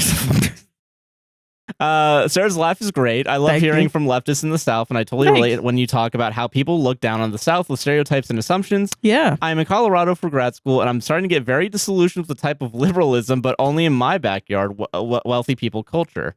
Yeah. Yeah. Though I feel very fortunate to be in the state as a little safe haven from terrible legislation happening in other states. I am studying physics, so I've been loving your recent magnet curiosities. Oh, thanks. Yeah. I totally forgot what that was about, but okay, yeah. As for number theory, or theoretical numbers, as Hi Sarah calls it, if you haven't seen it yet, I recommend starting with the proof that square root of 2 is irrational. It's a cute little proof by contradiction, and it blew my mind in the first year of college and inspired me to change my math minor to a second major, which then led to me getting my autism diagnosis at 21 because I was like, why can't I hold a train of thought long enough to do a single one of these 4 proofs for a real analysis exam? Real. I ended up doubling my midterm score on the final, 46 to 92. Whoa. Because I got to wear noise-canceling headphones with white noise and face my desk to the wall. Oh my God, nice. That's awesome, actually, yeah. Yeah. Now with those same noise-canceling headphones, your podcast helps me get through late-night data runs in the lab. Stay safe and keep healing and talk at me for 4 hours whenever you want. Thank you very much. Yeah. This podcast is for you now. Yeah. To get you, to get, yeah. Yeah. Anytime people say that, like, oh, like we're in a lab, I'm like, damn, are we helping you guys solve actual problems? Yeah, I know. This podcast will save not just this relationship, but the world. That is really cool. You're doing really cool shit, cool honestly. Thank you very much. Yeah. I love that you got my ass with number theory and theoretical numbers. I will say also all that too makes me really want to keep pushing for the distributed computing stuff. Yeah. We'll talk about that in a second. Yeah. Yes. Ray, him bought 25 coffees. Thank you very much. Thank you, Ray. Hey guys. Hello. I've been meaning to send you this for a while, but on your most recent episode, you were talking about the broader impact someone can have on the lives of people around them. Yeah. And I knew it was finally time to send this in. Oh, thank you. The long story short is that something Sarah said in one of your older episodes helped me finally get the courage I needed to divorce my now ex-husband, which ultimately led me down an introspective path to realize that I'm trans. Oh, nice. Now I'm surrounded by a bunch of really supportive friends, and I'm in a significantly better emotional and mental place. The butterfly effect you guys have had on my life is crazy, and I'm very grateful for it. Your art has more meaning than you know. P.S. Sarah, I keep this in a note on my phone. You were talking about your mom, but I feel this way about with my ex too. Yeah, of course. And this is apparently, I think this is something that you've said. This is a quote. I remember reading it and being like, yeah, I remember saying that. Yeah. There's a mentality out there where if I say I was emotionally abused growing up, you think I came home every day and my mom was like, I hate you, child. Pick the beans from the fireplace, Cinderella. You know what I mean? And no, there were times when I loved my mom. I loved my mom for the majority of my childhood until the abuse got so hard it was like, oops, nope. Don't feel. This is so weird. Me saying it like that's all right, but you got my inflection down. Perfect. I'm trying to. Yeah. Yeah. Oops, nope. Don't feel that bad. Don't feel that anymore. This is bad. And fucking, there are good times you have with your parents because they're your parents. Yeah. And then there are times when your parents are taking out their fucking anger on you and being a shitty parent. Yeah. And they will never apologize. And your feelings, therefore, do not matter to them. Yeah. Yeah. Thank you very much for that. Thank you. Yeah. That's wild. That is wild. I never want to think about the impact beyond what I see in one comment. Like, that's it. But I mean, sometimes I do think it's nice to remember, especially when we get in our deep dark, moments where people are like, why do you have the microphone so close to your face? How do you wear boxing gloves while you type? You know? And it's like, man, shit. It's just like, people are always going to bitch and shit, but it's just, I would rather pay more attention to the good comments. The problem is like, I don't know, artist brain is like, it needs to be perfect. But it really, nothing's perfect. Yeah. Why the fuck am I raking myself over the coals because some idiot doesn't know correct microphone placement? Yeah, right. Because they've been spoiled by a bunch of people on TikTok that don't actually have a podcast. They just put a microphone in as a prop. Yeah. And their TikTok. Yeah. Like, I'm sorry, but if you're sitting at a desk and your microphone's 50 feet away from you, that's not a microphone that's plugged in. Yeah. That's not the microphone that's whatever. Yeah. They got a room mic in there. They got something Jimmy else Fallon, in there. That's not his real mic. Yeah. Believe it or fucking not. Yeah. You guys are getting fooled by props like children. But no, we very much appreciate it. Yes, I think thank you. Yeah, the main point. I think also I'm just a negative person and I like fixating on the negative. No, that's fair. Yeah. You know? Yeah, I get you. But I should focus on the positive. Yeah, we should focus on the positive. And by we, I mean Sarah. Yeah. I'm cool. I'm chilling. I'm not. I didn't say earlier on. I want that comedian dead. And agreed with that. Yeah. But no, thank you very much. I'm very happy that we helped you come out in some way. It's our pleasure. That's amazing. Yeah. Thank you. Yeah. Anna bought a coffee. Thank you. Thank you, Anna. Hello. Hello. First off, thank you so much for making an amazing podcast. Yeah, no worries. Sarah, hello from another queer with an old dead dad, 55 when he had me and died when I was a kid. Real. And no contact with my family. Almost 3 years now. Whoop, whoop. Whoop, whoop. Thank you for normalizing that sometimes family sucks big old dick and it's okay to talk about it. I did not read this one fully. I did not realize I was have to say big old dick. That's awesome. I read them all. I don't know what's up with you. Sometimes I think I read. Sometimes I might. If you read them and I haven't checked them yet, maybe that's what it is. Like I don't get the notification on my phone. Too bad. Yeah. Read them all. Yeah. My son and I listen to this separately and we'll come and talk about it together. Thank you for sharing starting some badass conversations. Yeah. His name is Samuel. I'm gonna say Q. I'm not gonna say the full last name just to be safe. His name is Samuel Q. He is 11, and if you could say hi to him, that would be really fucking rad. Hello, Sam. Hi, Sam. We're the TV. You're rad. Yeah, you're rad. Yeah. Yeah. He is the best kid in the universe. He's homeschooled, not crazy religious reasons, just found an amazing cyber school. Awesome. That's cool. And is super involved with 4-H and volunteers in our community a shit ton. He does horseback riding and is the vice president of the local poultry club. That's Love cool. You both. Thank you very much. You got a cool kid, Samuel. You're a cool. You're a cool kid. We're changing the minds of the youth. I did 4-H also when I was in middle school. 4-H? I actually don't know what 4-H is. I don't exactly know. I just know it was a field trip where we went out to. It was in Georgia. We went out to like Tybee Island, I think. And we were on Tybee Island, and we were in a like a little like a beach area. It was like a camp kind of. Oh, okay. For like a week, and it was a bunch of like it was about ecology essentially. Like they were teaching us like all the different like erosion and things like that. That was where I dissected that squid, and they made me write my name in ink. Oh, interesting. Yeah, huh? With the squid ink pack thing. Damn. But we also did like things where we went to like museums, and then we went out to like a swamp, and then we were searching for snails. And then we were doing a thing where you would find a snail and you'd pick the snail up, and it would be to get the snail out of the shell, you'd put it up to your throat. Oh. And then you'd just like talk, and the vibrations would make the snail come out of the shell. Oh, shit. But then you'd also go into the ocean and you'd try to pick up trash, and it was trying to teach you how to live in a way that is like environmentally conscious. That was what we did. Oh, okay. I don't know what 4-H is about. I'm pretty sure it's about like teaching you about the local environment. Oh, okay. That's for cool. kids. Yeah. Yeah. Huh. But it was cool. It was really cool. Oh, yeah. That's good. Yeah, but you got a cool ass kid. Cool family over there. Hell cool yeah. family. Yeah, we're changing the minds of the youth. Truth. Let's fucking go. Let's fucking go. Sorry for the cursing. Sorry for the cursing. We're not you going to also stop. cursing your coffee. We're So not I gonna, mean, yeah, you said big old dick. So that's you. Don't get on my case. America. America. Getting mad at just one person, but then like just like I want to be the saying president of the poultry club. That's kind of cool. That was cool as heck. Yeah. Jen G bought 3 coffees. Thank you, and thank you for the pronunciation. Appreciate it. Thank you, Jen G. Hi, Josh and Sarah. Hello. Firstly, I want to say I love the podcast, and I truly look forward to listening to every new episode as soon as they come out. Oh my gosh, thank you. You two are so relatable and hilarious. I crack up so much to you two. Oh my gosh, thanks. Anyways, I'm sending you guys a coffee as a way to help me grieve the loss of my cat Harmony, or as we call her, Harm Parm. Oh. I was so heartbroken hearing the recent loss of your fur baby and wish I could give you both big hugs. Unfortunately, the same day you guys shared with us that you had to say your goodbyes, I got the phone call that my cat had been diagnosed with feline leukemia. Oh. She had been battling a nasty infection in her paw, and a few weeks later of trying meds that didn't help at all, we did a biopsy and found out an aggressive form of lymphoma was growing tumors up her arm and throat by the day.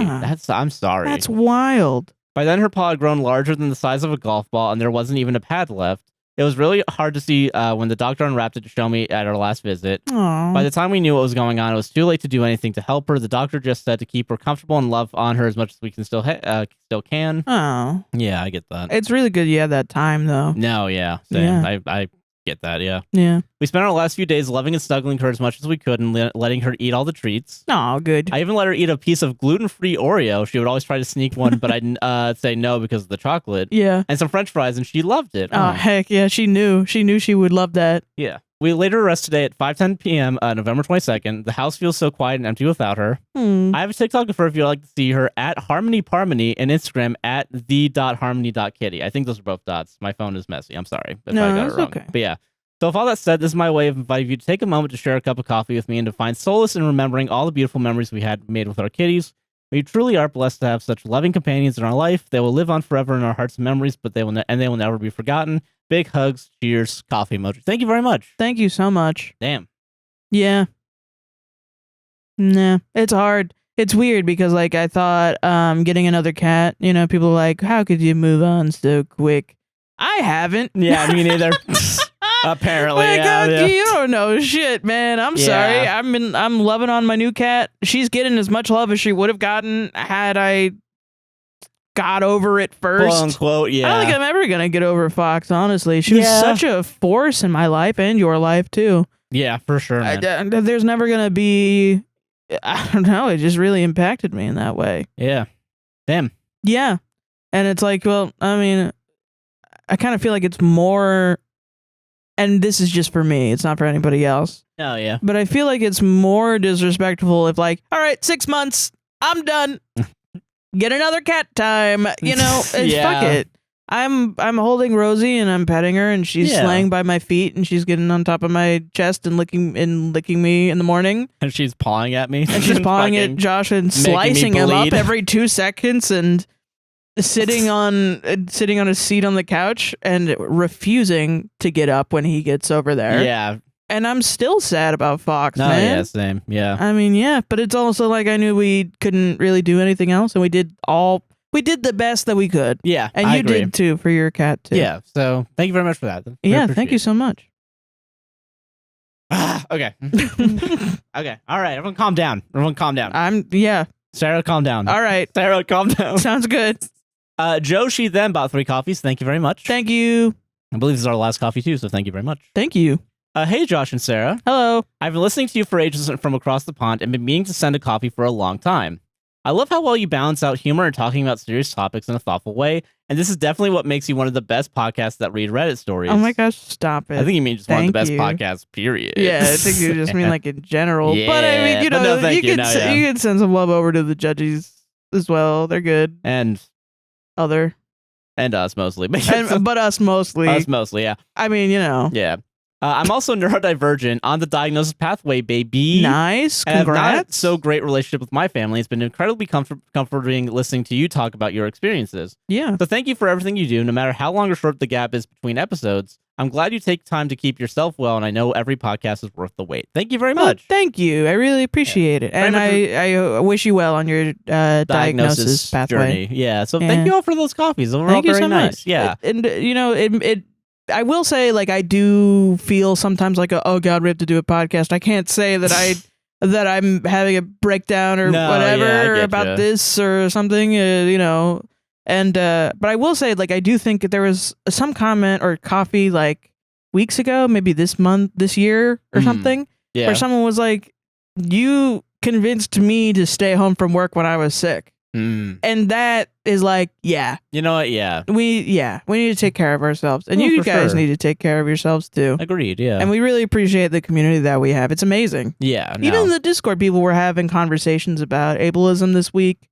that I thought were very like, I don't see happening in any other community, which is amazing. I'm very proud of everybody. No, yeah. I'm very proud too. I love our community. Yeah. This is the best job ever. Yeah, honestly. Yeah. I'll never stop podcasting. Until the day I die, motherfuckers. Yeah, you'll have to put me in the fucking ground before I stop podcasting, bro. Hell yeah. Yeah. But yeah, thank you also to those coffees. If you want to support us on a monthly or yearly basis, you can go over to patreon.com/APWSTR. You get ad-free episodes, so it'll include this segment as well. Yes. Usually we try to get early releases out whenever we can.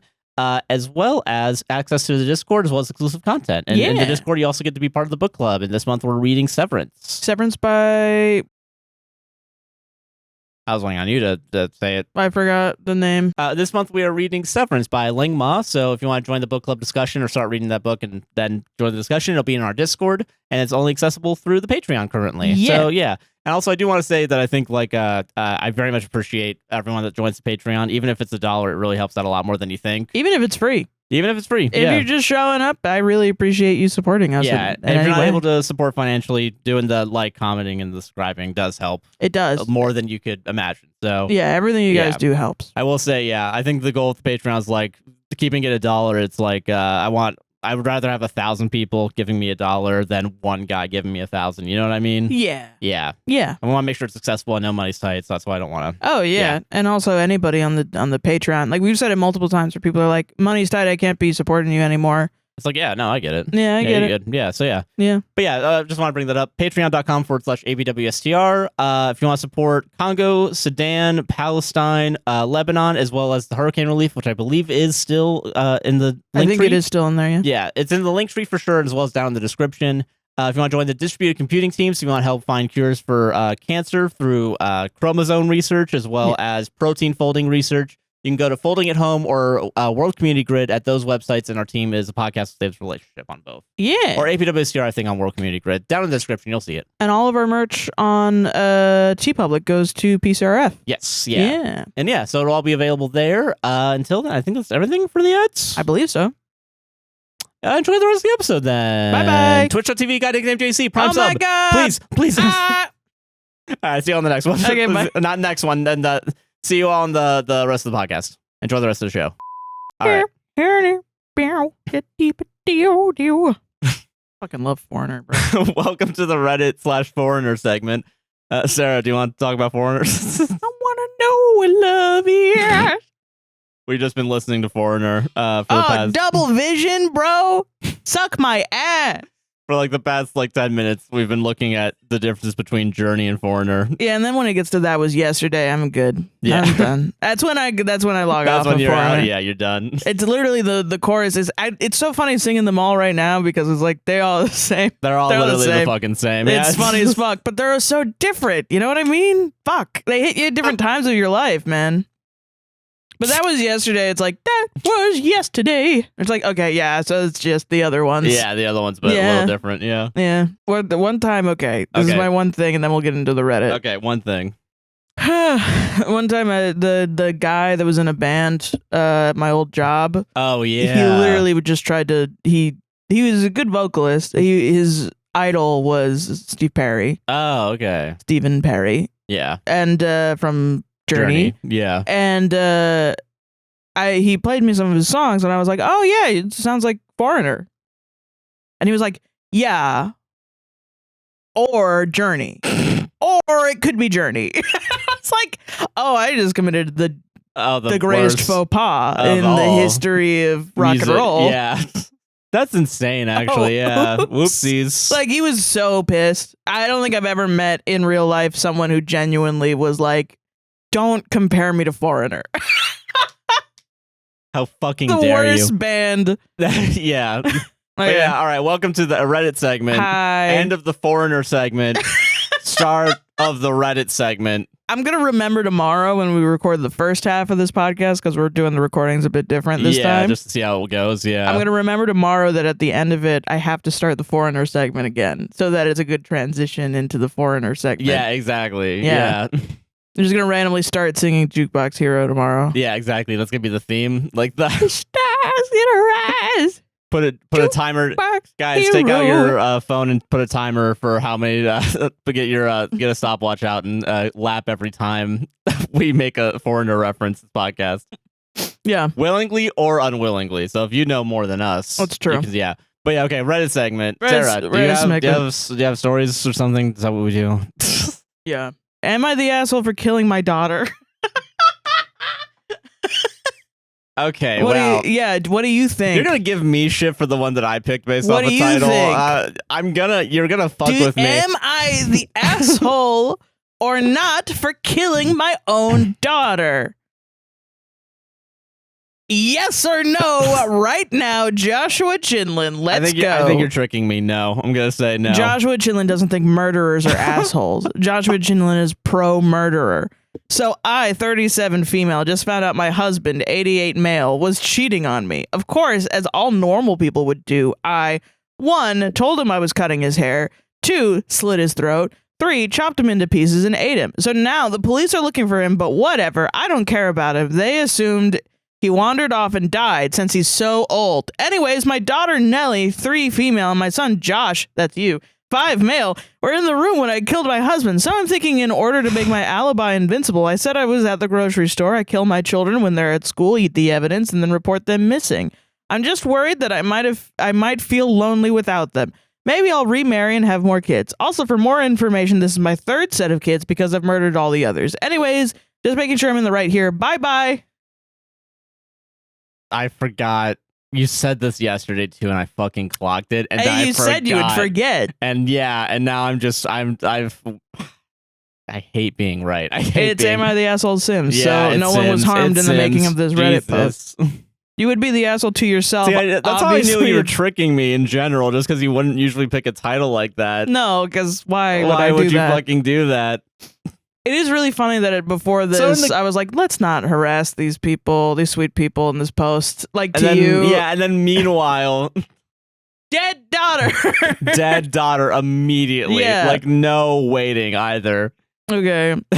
You would be the asshole to yourself. Obviously, a better solution is to lock them in an inescapable basement so that when they become old enough to draw paint, they can make you money. Killing them seems so wasteful. Smart solution, name a cake, age them up, make them paint, or get an alien to wipe their memory. That's actually a Sims That's player right actually there. a good tip. This is just a good someone gameplay tip. Yeah, good. Yeah. Compared to the post of the story where it's like, okay, so you installed Wicked Whims very specifically just to kill everyone that you ever meet. Cannibalistic fantasy that you have. Yeah. Meanwhile, we're all just like, how about we just paint and write books to make money every day? Very Murder Barber of Fleet Street to say that you're going to cut their hair and then slice their throat. Yeah. Because they say he's a barber. No, I forgot. No, I was trying to make sure I got the reference. Chops them up. And then puts them in a pie. Which I guess, if you want to role play that makes sense. That's kind of fun. I think it's really, what was it, like 87, 88, like male? 88 male, yeah. And then what, 37 female? Yeah. I think that's what was the giveaway for me this time. I'm just going to walk through my process of what just happened for me personally. Ahead. You said the title. I was like, oh shit, we're doing this. Like, this is real. Okay. No, you didn't. Come on. I was like, what the fuck does this mean? That I would say I would read a Reddit story about that. No, because you're not me. Yeah. Yeah. Come on, man. We just talked about this. We did just, yeah.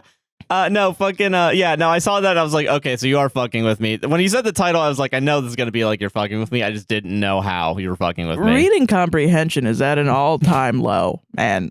God damn. No, my memory's at an all-time low because you told me yesterday. Yeah. Don't critique my ability to comprehend. Though, a little bit when I say something from Reddit and you're immediately like, that's real? Real? That's real? You can't be doing that anymore. There's robots out there that want to cancel us. Cancel humanity, you mean? Yeah. Fucking... No, us. Okay, shit. Reddit podcasts. Oh, okay, got it, yeah. They want to get us on our bad opinions. That's what I believe they're for.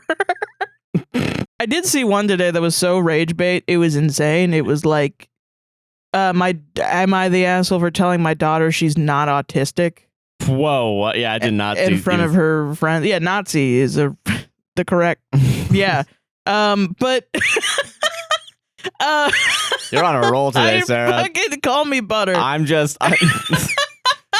I'm just gonna fuck off the rest of the show. You got this one on lock, apparently. Yeah, but it was like there was an Am I the Angel? It's like, am I the asshole for calling my daughter not black in front of her friends? And it was like, wow, white people are really fumbling this one. Yeah, you guys don't. Yeah, no one is really figuring out this one at all. Yeah, no one's actually finding out the correct route to actually mock this. Yeah, can you imagine picking out that something's obviously fake and written to make a specific group of people look bad? So like teenagers that are autistic, self-diagnosing, and then bringing up another thing. Yeah, that's not even related to this. Using black people as a prop for your shit. That's insane. Actually, that's not the same. That's not the same thing. Actually, I don't know why. I don't know why white people just ruin everything. Now I want to try and fix it because like if it's gonna be like. There's not a way I can do it right now, I think, but yeah. It was crazy because the top comment was like, said like, worst case scenario, and she is actually autistic. And then a bunch of autistic people were like, worst case? Yeah. What do you mean worst case? And then the OP of that comment responded to criticism worse than any YouTuber I've ever seen in my life. Oh, shit. And was doubled down and was like, you guys are nitpicking me. Yeah, bitch, they're autistic. That's what we do. Yes. Words matter, actually. Did you know that? And believe it or not, this is pretty fucking bad. Yeah. We went over to your fucking house. And so, like, worst case scenario, you live here. Yeah, that's rude. Yeah, at least a little bit. Yeah, when like, it's about your identity that you can't even fucking change, it's pretty bad. And I'm being light, like kid gloves. You're being really light. Yeah, because if you started applying it to other shit, that's what makes it hard to make fun of too. Because it's just like, Jesus fucking Christ. Yeah, that's insane though. Yeah. I'm trying to think of how you would do, because I know you need the Wicked Whims mod in The Sims. Oh, you're thinking about The Sims. Yeah, I was thinking about a serious topic. No, sorry. Okay, go. I know I was the one that brought up The Sims. So yeah, so now I'm looping it up. You're right. You're right. I'm wrong. I never even imply. Okay, no, all right. I'm just admitting it. Are there buffs to cannibalism in The Sims like there is in RimWorld? I don't fucking know. What are the buffs to cannibalism? If you get in a RimWorld? cannibalism cult, you gain buffs from eating people. Like what kind of buffs? Corpses. Like what kind of buffs? You get like plus 20, 40 your mood or something like that. That's a lot of mood. Yeah. Oh.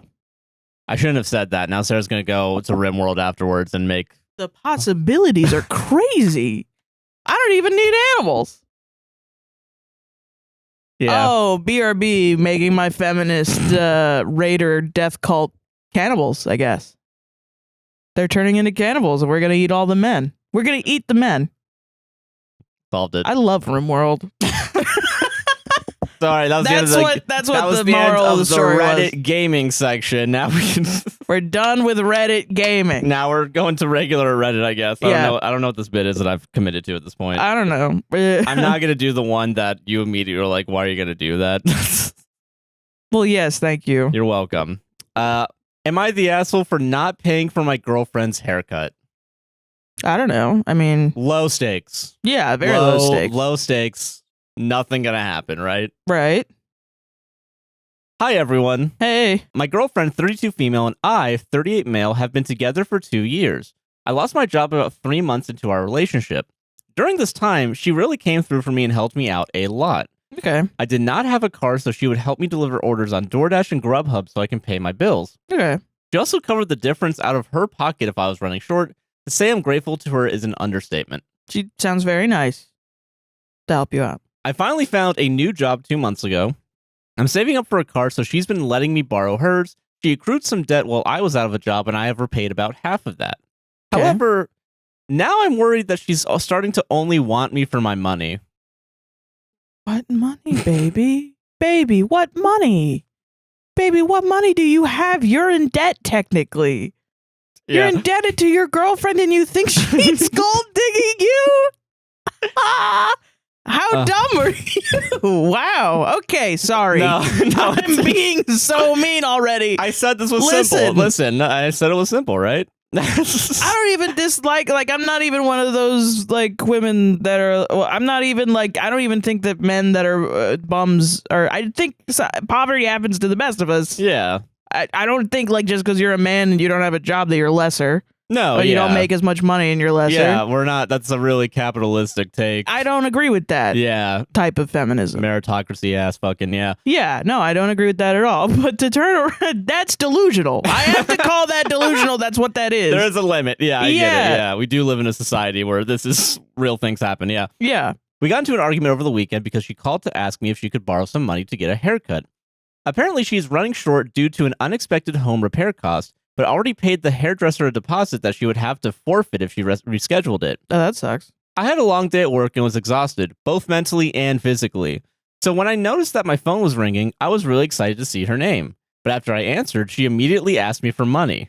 She's struggling. Yeah. I felt crushed because she did it without even asking how my day was first. I told her that I guess I understand what my new role is in her life now, and she threw a huge fit about it. Like, yeah, because then if you try to put yourselves in the girlfriend's shoes, she helped him with this DoorDash shit. And, I mean, you know, my thoughts are going too fast. Go ahead. Okay. We'll go into it later. There's an edit that really clarifies things up, too. Don't worry. Oh, great. Yeah. Yeah. She claims that she, quote, gave me her everything for 1.5 years just to keep a roof over my head, and that she's accrued debt from when I wasn't working, so I shouldn't be so opposed to doing her a favor. I recently bought her a new set of tires and got the brake pads replaced, as well as gave her some money to repay the debts with. I also have paid for the car payment and insurance since I started working because I have it at my place more than she does while I save up to buy my own. They don't even live together? Jesus. So it's not like Wow. that I didn't even notice that That's the first time. wild, yeah. She keeps guilt-tripping me because, quote, a haircut is a small ask considering everything I've done for you, which feels very controlling. Yeah. Now she won't talk to me, and I'm scared that she's going to break up with me without even hearing me out. You're scared? Oh. Just hear me out. Listen. I don't have the right response. I'm going to tell everybody. Sorry. Don't worry. The edit will make the right response. Don't worry. We're not even there yet. Yeah. Sorry. I hated taking her money when I was jobless and that I have to use her car now. I didn't want to do it in the first place. Anytime I needed her to pay for something, it was because it was an important expense like my rent or power. Right. So the way she is asking for something unnecessary like a haircut just feels like a slap in the face. Am I the asshole? Yes. Edit. Oh, okay. She didn't talk to me for 3 days and then she dumped me. Cool. Great. Okay, so we're good. Yeah, we're good. Yeah, we're don't great. worry. Yeah, Everything's right. We've in already the world. resolved everything. Yeah. Thank God. Okay. See, hope is a drug, and I just wanted to give you guys some of that just real quick. Maybe some of you men don't get girlfriends because you don't think getting a haircut is an important thing. That's insane to me as someone who's worked a job before. Like, I like just in general. I'm just saying for your mental health. For your mental health, yeah. But like, because I have to go to the your mental health. No, I didn't get a fucking haircut. I learned how to cut my own hair this year because I haven't had enough money for. And I'm sorry to bring up money. No, yeah. You know.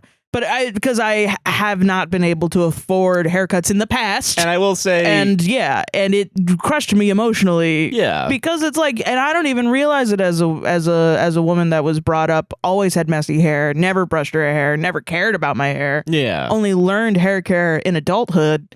Now, as an adult, I'm like, oh my God, all this shit that I haven't been doing is directly affecting my severe depression and leading to this point. So caring about your girlfriend's hair and caring about the shit that she cares about is important. Yeah, because I will say, when you cut your own hair or like when I help you out, like do the buzz thing around your side, you usually feel a lot happier. Yes. Because you always say like, oh, if nothing else, like there's a less weight on my head now, like literally. Yeah. Yeah. So like you're right about that. Yeah. The thing, mental health. Yeah. And it's like what? Like maybe less than $100 if you already have the deposit there. No, it could be very expensive. It could. It could be, but it's like if that's like a big change or whatever. But even then, if he doesn't have the money for it, he doesn't have to blow up at her. Yeah, you can just say like, "Hey, I'm sorry, I don't have the money." Yeah, I can give you this much, or maybe not, or whatever. I need this for that, or whatever. And she would probably understand because she sounds like a very sweet, kind person. Yeah, but no, she's actually a gold digger. Did you think about that? And using this fucking therapy ass language, she's being controlling. You know, fuck you, man. No, yeah, I immediately when I was gonna say out loud like therapy language really ruined. That's a lot of discourse. Yeah, there are real people in real relationships whose partners are actually controlling, and you're really shitting on them and their abuse by pretending like this is controlling at all. Yeah, this is your partner asking you for help, and you accusing her of trying to manipulate you because you're a weirdo idiot. Yeah. God damn. Sorry, it just bothers me, man. No, I get you. Yeah. And I think that's the crazier part too, is that I think going into this, everyone writes the story as if they think they're the good guy, right? Yeah. And I think that's what's insane about this post too, is like you still didn't even give any information about like what was actually said. You just lied probably and said, oh, she immediately was like, give me your wallet. And, to break this down even more, if it is a fake post and it's like it is an anti-woman post by trying to be like, oh, this woman only cares about hair and aesthetics and only wants money, is what they're trying to get across. It like betrays the misogyny of the writer because no one actually thinks like that, man. Yeah. No one actually thinks that women that get their hair done are actual vapid freaks unless you're like on 4chan all day and your brain is pickled with hatred. Just actual hatred. Just genuine hatred. And you've lost all of your brain cells by doing that. You know, it's no one actually genuinely thinks that. People think women just like getting their fucking hair cut. I don't think really anyone likes getting their hair cut, if I'm fucking honest. Honestly, yeah, that's why my hair is as long as it is right now. Probably you like your hairdresser. Yeah. Because they're cool. I don't think I've had a hairdresser that I was like, hell yeah. I've had like a couple, but then I come back and I'm like, I get in my head where I'm like, Did I offend them? Dude, they fucking hate me. Did I do something? Yeah, because you're just like staring into the fucking mirror the whole time, like, and you just like. And then they go to shampoo you, and I'm like, do we make eye contact? Do I not make eye contact? Do I close my eyes? I don't know what to do. Yeah, no, I have no Do I look over there? clue. Do I look over there? I don't shouldn't know. have come here. I should leave. I gotta run out of here.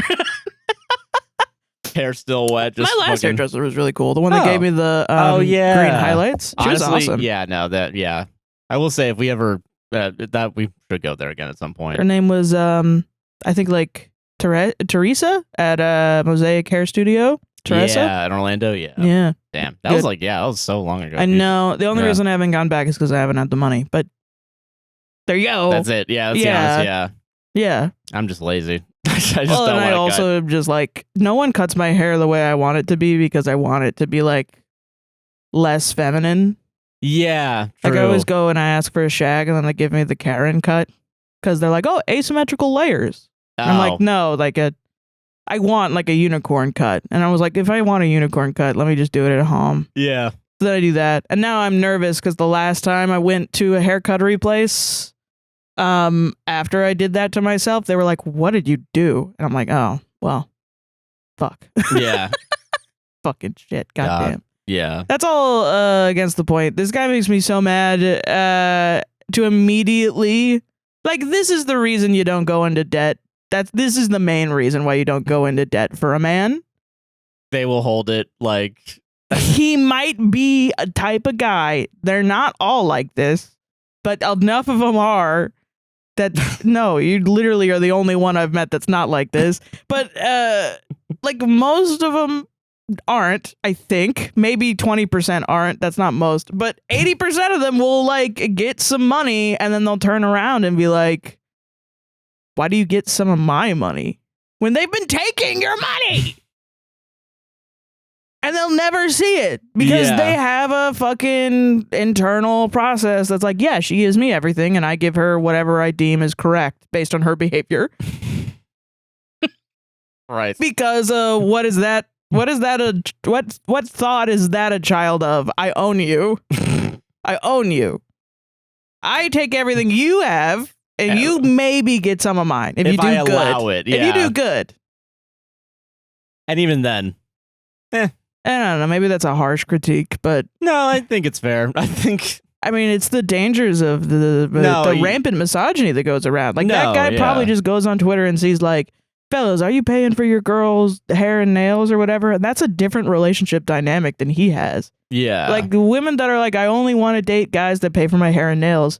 Also not gold diggers. They're looking for a relationship dynamic that is like a different thing. Yeah. You know? Yeah.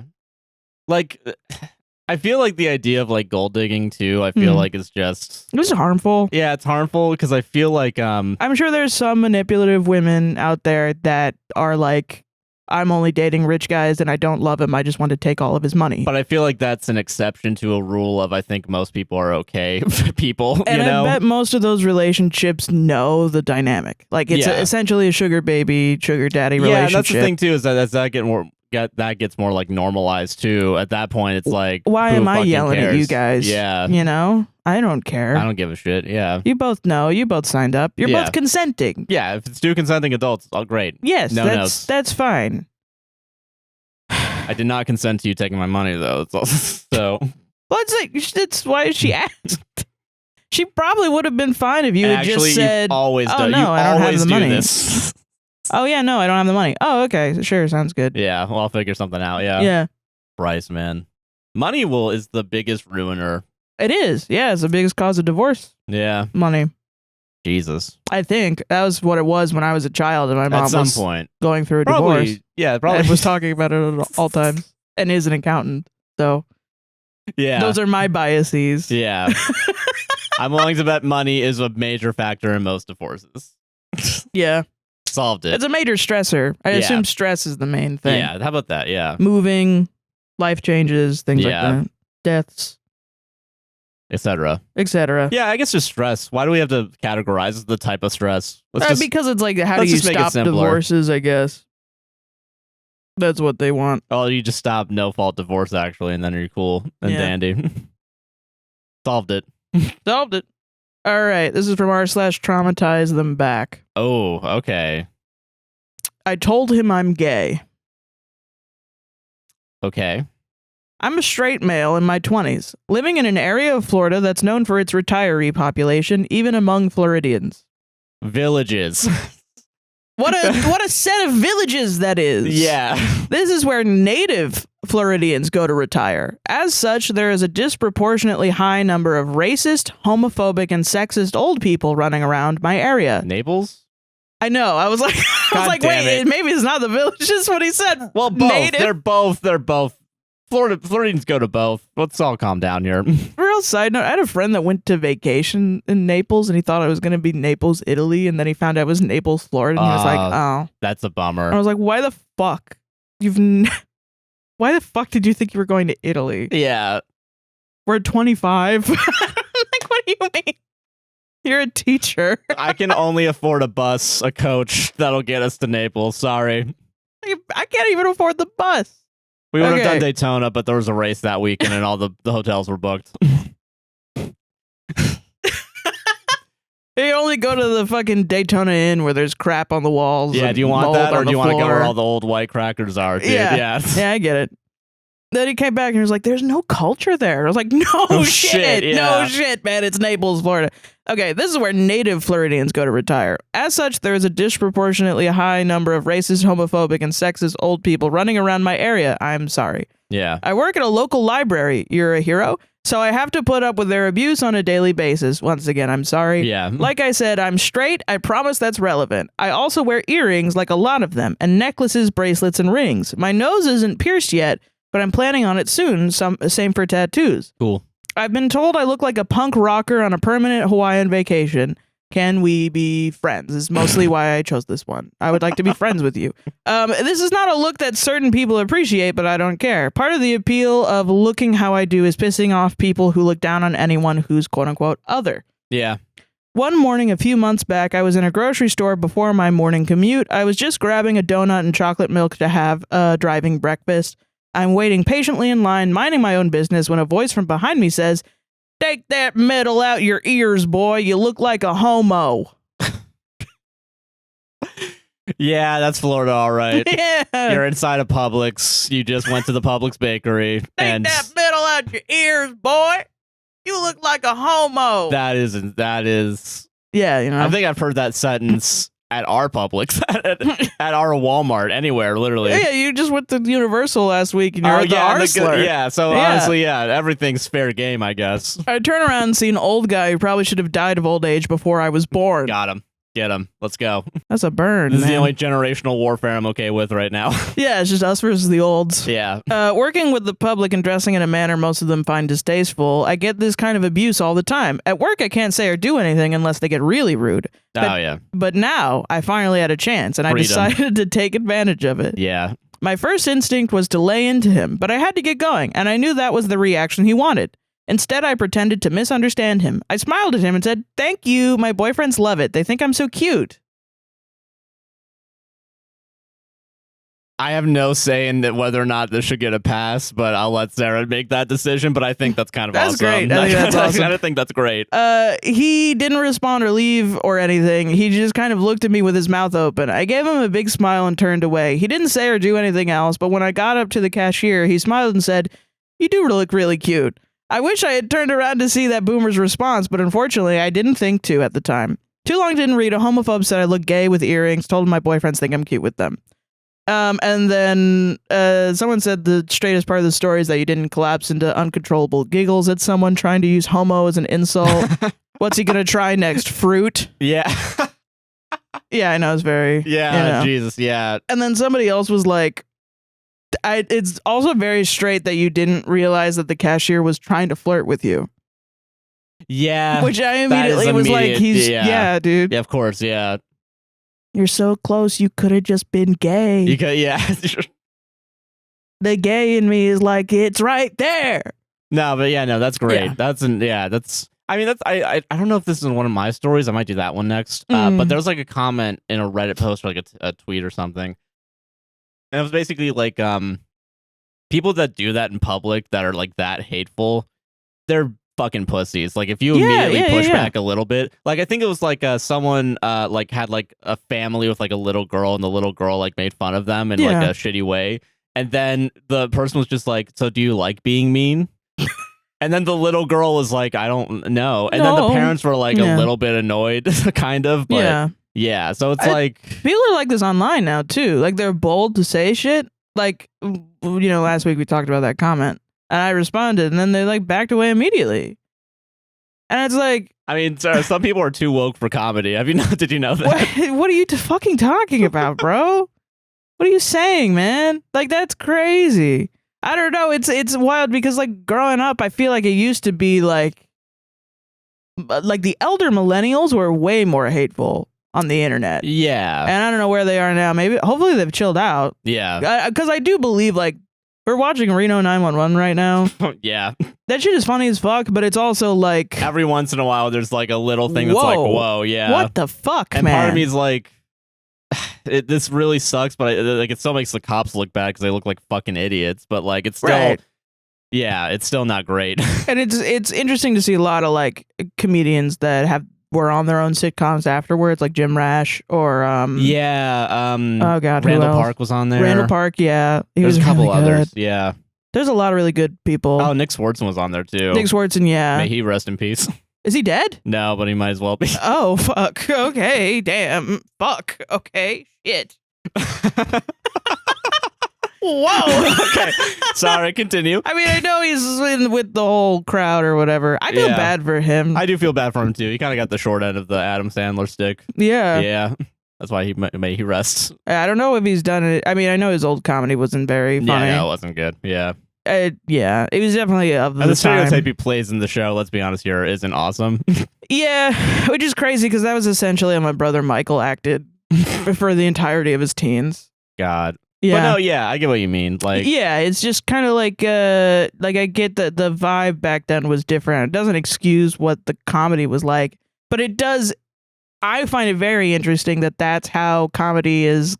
Like, we're shocked now that all these people are like, oh, you're too woke for comedy now. No, it's just like, people that haven't changed. No, they haven't. Like, it's comedy wasn't less woke back then. It was definitely like it was way. Well, it was less woke, but it was like the people were doing it were under the guise of I'm a truth teller. I can say whatever sarcasm. I want. Yeah, yeah. But some of those motherfuckers were doing it so they could say those words.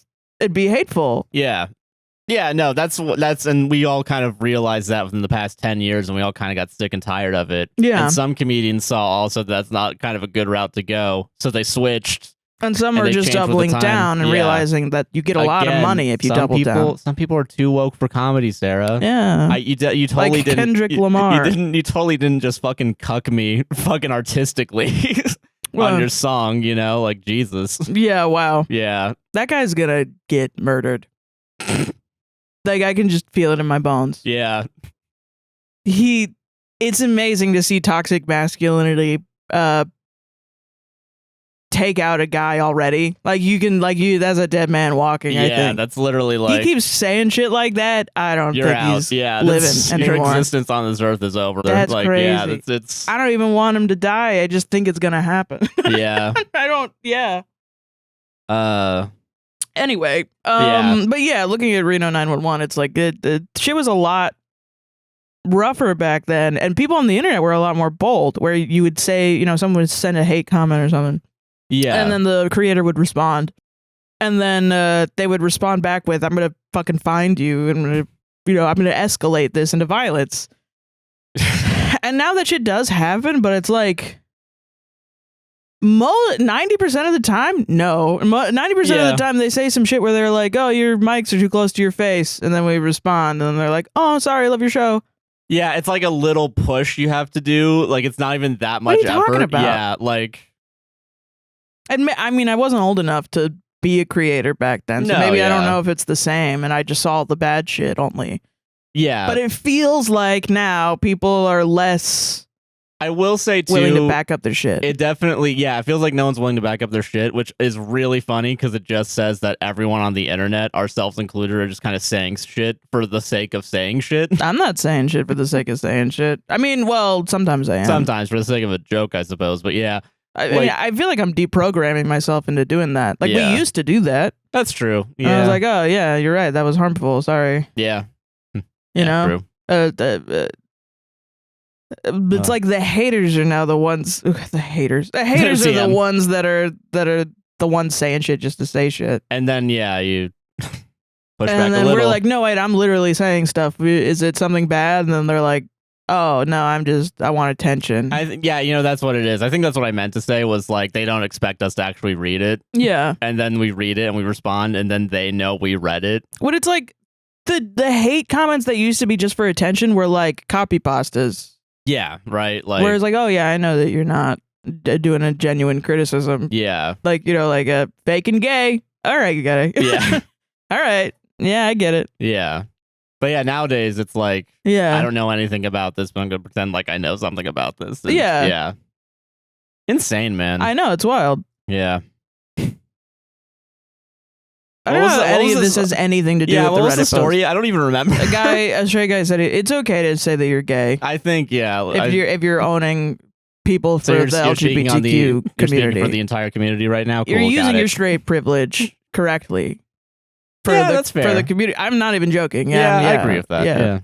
Yeah, solved it. Yeah. I give you, as long as you're being mean to homophobes. Yeah, right, like. You can pretend to be gay to own them. Yeah, to own the. Yeah. Yeah, I think, I honestly, good shit. Also, for here in Florida, also, If this one's fake, I still want to be your friend because it gives off the old school vibes of, and then everybody clapped $100%. Yeah. Know what I mean? This is from, if I'm not mistaken, relationship advice. And it's deleted. Yeah, cool. No, I have a copy of it. I have a copy of it. Oh, great. Yeah. Relationship advice. Cool. My girlfriend, 21 female, voted for Kamala, and I, 22 male, voted for Trump, and she hates me. Yeah, I do too. I hate you as well. I hate you as well. Ready for the biggest lie ever said in a Reddit post? I'm a nice guy. I'm a good guy.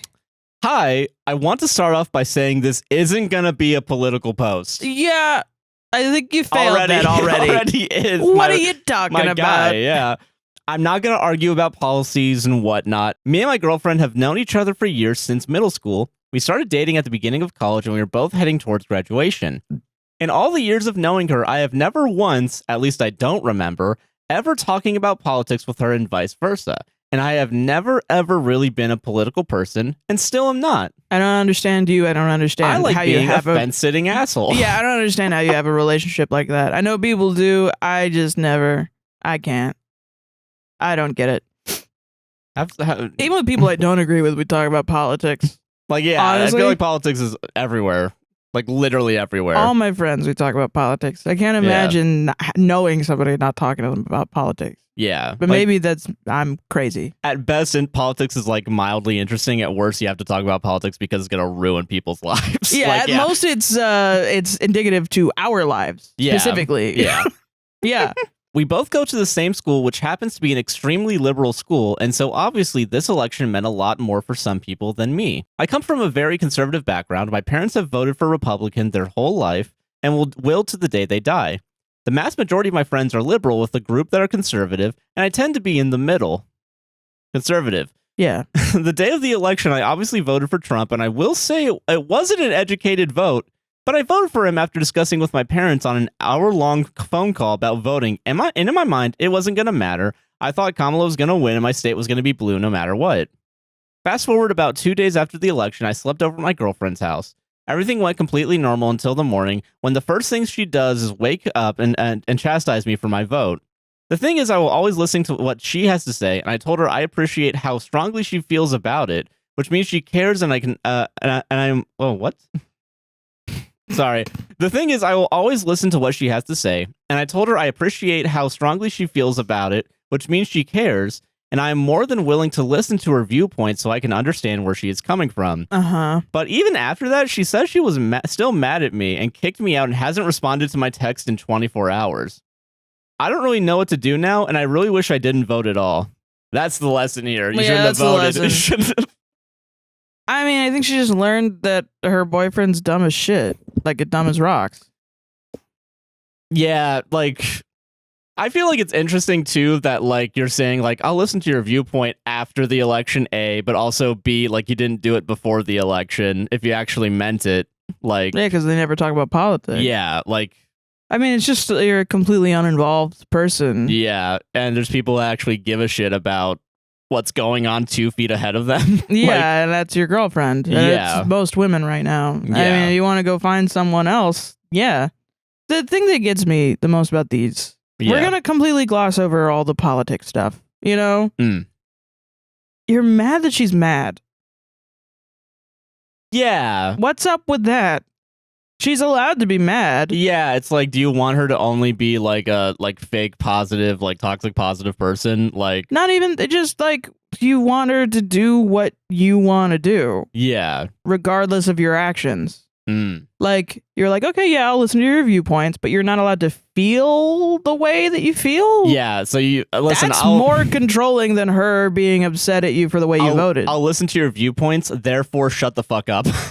like a lot of conservatives, I think, and a lot of people that fall into like abusive behaviors, like controlling and things that call out with therapy language and shit like that. I don't think they understand that the concept of like boundaries are something that you do to yourself, because the basis of that is that your feelings are, yes, always valid. Even if they're like irrational. Like I went crazy and I was mad at everything. I was mad when Josh was click clack typing on his keyboard. You know what I mean? Josh didn't do anything to make me mad. Yeah. But I was still mad. But if I say to myself, it's an invalid feeling, that's I'm not allowed to feel mad. Yeah, that's because it's not based in, there's no reason for me to be mad. What does that do to me other than bottle up that anger? Right? Yeah, and also I think it's really shitty that we kind of have this, like, you have to, like, it's like a pseudo intellectualism of like, you have to know like why you're mad, and like you have to be logical about why you're mad, or you know what I mean? And it distances you from the feeling too. Yeah, you don't get to just feel the feeling. Yeah, it's like cold and calculating almost. Like that's kind of how the vibe is. Like, yeah, it is a form of like, yeah, like a lot of times people will be like, okay, think about the last time, like somatic therapy. I don't know that much about it. Go look up it actually from actual therapists. But I've seen them, like, some exercises where they are like, think about the last time you were mad, how do you feel? And I feel, you know, anger, whatever. Is there a time in your childhood or something where you felt mad? And like, yeah, this happened, or nah, like, what do you feel in that moment? And it's like, oh, I feel like I'm looked down on. And then you can process that. And it's like, okay, yeah, there you go. But it's getting at your feelings through ways of like actually feeling them rather than intellectualizing like, oh, actually, because a lot of people, that's very difficult for them, especially if they're coming from trauma. Not only that too, but like the emotions are messy as shit. Like it's going to be hard, especially if you are coming from like a place where like you weren't able necessarily to understand or like express emotion, and the first time you really get a chance to, like if you're in a therapeutic setting, it's gonna be messy. There's gonna be 20 different thoughts. You're gonna lie to your therapist, and then you're gonna be worried that you're lying to your therapist, even though literally everyone does it. And then, you know, you're gonna be worried if your therapist is judging you, or if they're being too friendly with you, or if they're being overly professional and cold and calculated, or if they like you and you're a people pleaser type like me, and I'm like, do they like me or not? Am I winning therapy? Am I losing therapy? What's the score, coach? It makes you very vulnerable. Then you know, eventually you have to keep going until your therapist gets a good baseline for you and can actually do the work. That's why you go to a professional. And that's why it's so fucked up that there's so many services and so many therapists out there that treat it like it's not actually like a long, like, I don't know. I mean, you know, there's a lot of therapists that will sit around and be like, it sounds like you're too smart for therapy. That's crazy. And they're bad therapists. There are good therapists out there. You should keep going to therapy. It sucks that a lot of people have bad experiences with therapy first, and then they don't go back. Like me. Right now. Yeah. What do you mean just kind of not really vetting anyone and making an online platform to dox my mom specifically? Yeah. What do you mean? What do you mean that? What do you mean that? What do you mean that's a bad idea? What do you mean that's a bad idea? And then also not really paying them well at all. And also, let's minimize the work. Yeah. Silicon Valley's a great place to live. I don't know about you guys. Yeah, I don't know about you guys. We're talking about BetterHelp. They suck ass. I'm sure they help some people, but yeah, no, I'm willing to bet. Yeah, but I always, if I ever see a fucking advertisement, like someone's verbally saying an advertisement, there's a part of me that's like, oh, I thought you were like a little bit better. Come on, you should have man. looked more into it. It's like the therapeutic version of like Masterworks. Yeah, just a scam. Yeah, like Jesus. Yeah. I mean, you might be able to make money. Someone did at one point. Someone did. But no, yeah, and like Look at I don't know. Zimmer, he did. Yeah. Yeah, Good this for is him. Hans fucking Zimmer, bro. What the fuck?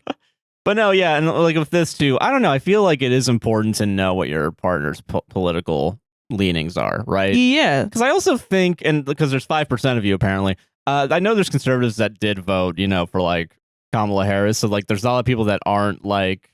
I'm willing to bet if you're like a more centrist person, you can be better of a person if you actually. But like, if you're gonna be like, I don't give a fuck about politics. I don't watch CNN. I don't watch any of these news. Yeah, I think of you as worse than like an old school Republican where you just believe in like small government and fiscal responsibility. Yeah, and like the like an actual classical Republican. Yeah, quote unquote. Yeah, rather than whatever the fuck it is now. Monster it is now. Yeah. Yeah, like I don't know. Whatever. And I think that's the real lesson that like if I feel like if I met someone and they were like, I'm not really into politics, I would know a couple things right off the bat. One is you either don't care or you're so apathetic that you don't care what happens to other people. Yeah, my one thing is like, oh, we're not hanging out then. Yeah, and it's just like I want to have a discussion. I want to know what you think about things. And it seems like you don't want to think about things that are larger than what's going on in your household, your circle. Yeah. Which is wild currently because it does affect. Yeah. That's the thing is that if you, amazingly, your circle is part of the larger circle. Everyone's is. Yeah, even if you're a white dude. Yeah. In a red state, it will affect you. Yeah. A lot, actually. I like that. Yeah. You probably know somebody on ACA and you didn't know it was Obamacare until you voted for Trump. Yeah. You probably know a bunch of women. Yeah. And now they don't have, it's going to get way, way, way harder. Yeah. Unless you're in like 2 states, probably. You probably buy fucking groceries. Yeah. You probably buy shit from fucking Amazon. Or Apple, Google, any technology. Yeah. Yeah, I don't know, man. It's going to affect everybody. I don't understand why. I mean, I do understand it's not everyone's not properly educated. And fear was used on purpose. Yeah, exactly. Yeah. Yeah. I don't know. And I think that's always the sadder part is that like, oh, I wish you were just a little bit more educated. And I think it's it's a very like, I think about this a lot. Like there's a lot of people, and I think it's maybe a controversial opinion, but it is kind of how I feel, where there's a lot of people that are cutting off their MAGA friends and family. And there's a part of me that is very emotional, but it is also like, why did it take to now to do that? Yeah. Like this has been like, come on, man. It's been 8 years. And I think it's more of a frustration at that this has been going on for almost a decade. Really, it's been going on a lot for 8 years, but it was still like birtherism. Yeah, let's be honest here. Like it happened 20, before 30, then. 40 years. Yeah. I mean, if we want to be really honest with ourselves, since the founding of this country. Yeah. Well, yes. But this kind of specific brand of Trumpism has been going on for a long fucking time. Yeah. And I mean, you can probably bring it to like Reagan or like post 9/11 even, like that. Yeah. Just like it's very strange, or like Republicans, if you want to add in Republicans gridlocking Democrats or whatever and then doing whatever W wanted to do, then you can go as far back as that. But I'm just talking about the shit that I was here for. Yeah, okay, yeah, no, I get you. And that was Trump trying to figure out if Obama was an American citizen even. Yeah, and calling him Barack Hussein Obama. Yeah. And people saying that he was born in Africa or that he was born in wherever or whatever, and trying to obfuscate facts that Obama was born in Hawaii. Yeah. And is an American citizen. Well, Hawaii is not really a state even, so I mean it's a colony, but whatever. Like, yes, it is an American colony, and don't go there. Jesus fucking Christ. Don't go there. No, I mean, as in like I don't see it on a map usually, so I don't. Yeah, okay. Sorry. Yeah, sorry, I was going to the too woke part, I guess, quote unquote. I'm the friend. You're too woke for comedy. I'm the friend that's too woke. Yeah, I'm not funny. because I'm too old. Sorry. But yeah, no, it's like, all of that shit. And then all of a sudden he gets in there and everyone's shocked by alternative facts. That must have been fucking frustrating for adults. Yeah. Like, what do you mean? Well, alternative facts have already existed. When he said that... They were called lies. Yeah, it's lies. Why are we doing this? Or like all the people that were working with abortion rights before Trump even came into office under Obama, where there were a bunch of Republicans in states trying to outlaw how many Planned Parenthoods you could have or defund Planned Parenthood, whatever, and then like taking the doctors' offices and putting them out of state or making it so that only one doctor in the state can do that, and then it's by appointment or whatever, and then you have to go, so then you have to get on a plane, you have to get out of here. And then we're also going to stand outside the doctor's office and harass you and throw bricks into the window of the guys and make them feel like they are unsafe and they have to leave for their safety, and then there's no guy that does that in the state anymore. So now in the state of Texas, you have to be rich enough to leave the state. Get the fuck out of the state, actually. Just have an abortion. Yeah. Cool. But anyway, all of that, and then, but they're naming their movement pro-life. Exactly, yeah. And I think that's the other thing, too, is like, but no, actually, I don't care. No, I don't care about any of that. Beyond me, actually. I don't have sympathy for you anymore. I think my sympathy's run out because I'm 27. Like the 19-year-olds will have sympathy for you because they forgot. They weren't around. They're not interested, I had to relive. Because they were failed by the education system. They weren't taught to be curious about shit. You know what I mean? Yeah. And so they're going to forget and they're going to have sympathy for you and not realize that you are a symptom of a horrible beast. You're the child of a terrible, terrible beast of ignorance. Yeah. And you're constantly doing harm to everybody around you, and everyone else is forced to have to try to figure out how to not cause harm to you for the rest of their lives while you harm them. Yeah. Huh. And then they have to deal with the ramifications of that forever. And you don't even know what's going on. And you're upset that she's mad at you? How dare... That's the biggest problem here. How dare she be mad at you? How dare she have an emotion, dude? Why did she not respond to my text? I shouldn't have voted. Like, we can get there intuitively. I don't know anything other than you should treat people with kindness, and I can get there intuitively. I don't even have a degree. I don't have a degree. I have an AA. It's on the ground over there. I have 3 certificates all facing down on the couch. I don't have a bachelor's degree. I don't have a master's degree. I don't have any of that shit. I'm too mentally ill to get that. If I'm honest, I can't sit through a damn test. I'm too ADHD. I can't do that. I think the human man, the everyman can get there with empathy. I truly believe it. If you just start caring about stuff. I think that's literally it. Yeah. Nah. I don't know. But I think with a lot of people that aren't white, I think, and not men, they're pissed off. Yeah. Yeah. And I think that's why you see more pressure on white women to do things, because white women are... I think people have given up fully on white men to care. And so the next step is maybe if we can get the white women to get the white men to care. Yeah. Which is why there's a lot of pressure. And the wrong thing to do is respond by being like, why women? You know why. You know why. You Come know on. why. Your head can't be so far up your ass that you don't know what's going on. Not do anything, man. You can't not. I would... To be a fly on the wall during that 1-hour conversation compared to the 0 minutes talking to your partner about politics. Yeah. Politics is only like 2 seconds of the call. They were like, yeah, you should vote for Trump. And he was like, all right. That's crazy. Anyway, how's grandma doing? An hour and you didn't even check? You didn't go on his damn website? Yeah. Are you for real? Yeah, I'd break up with you just knowing that, man. Yeah.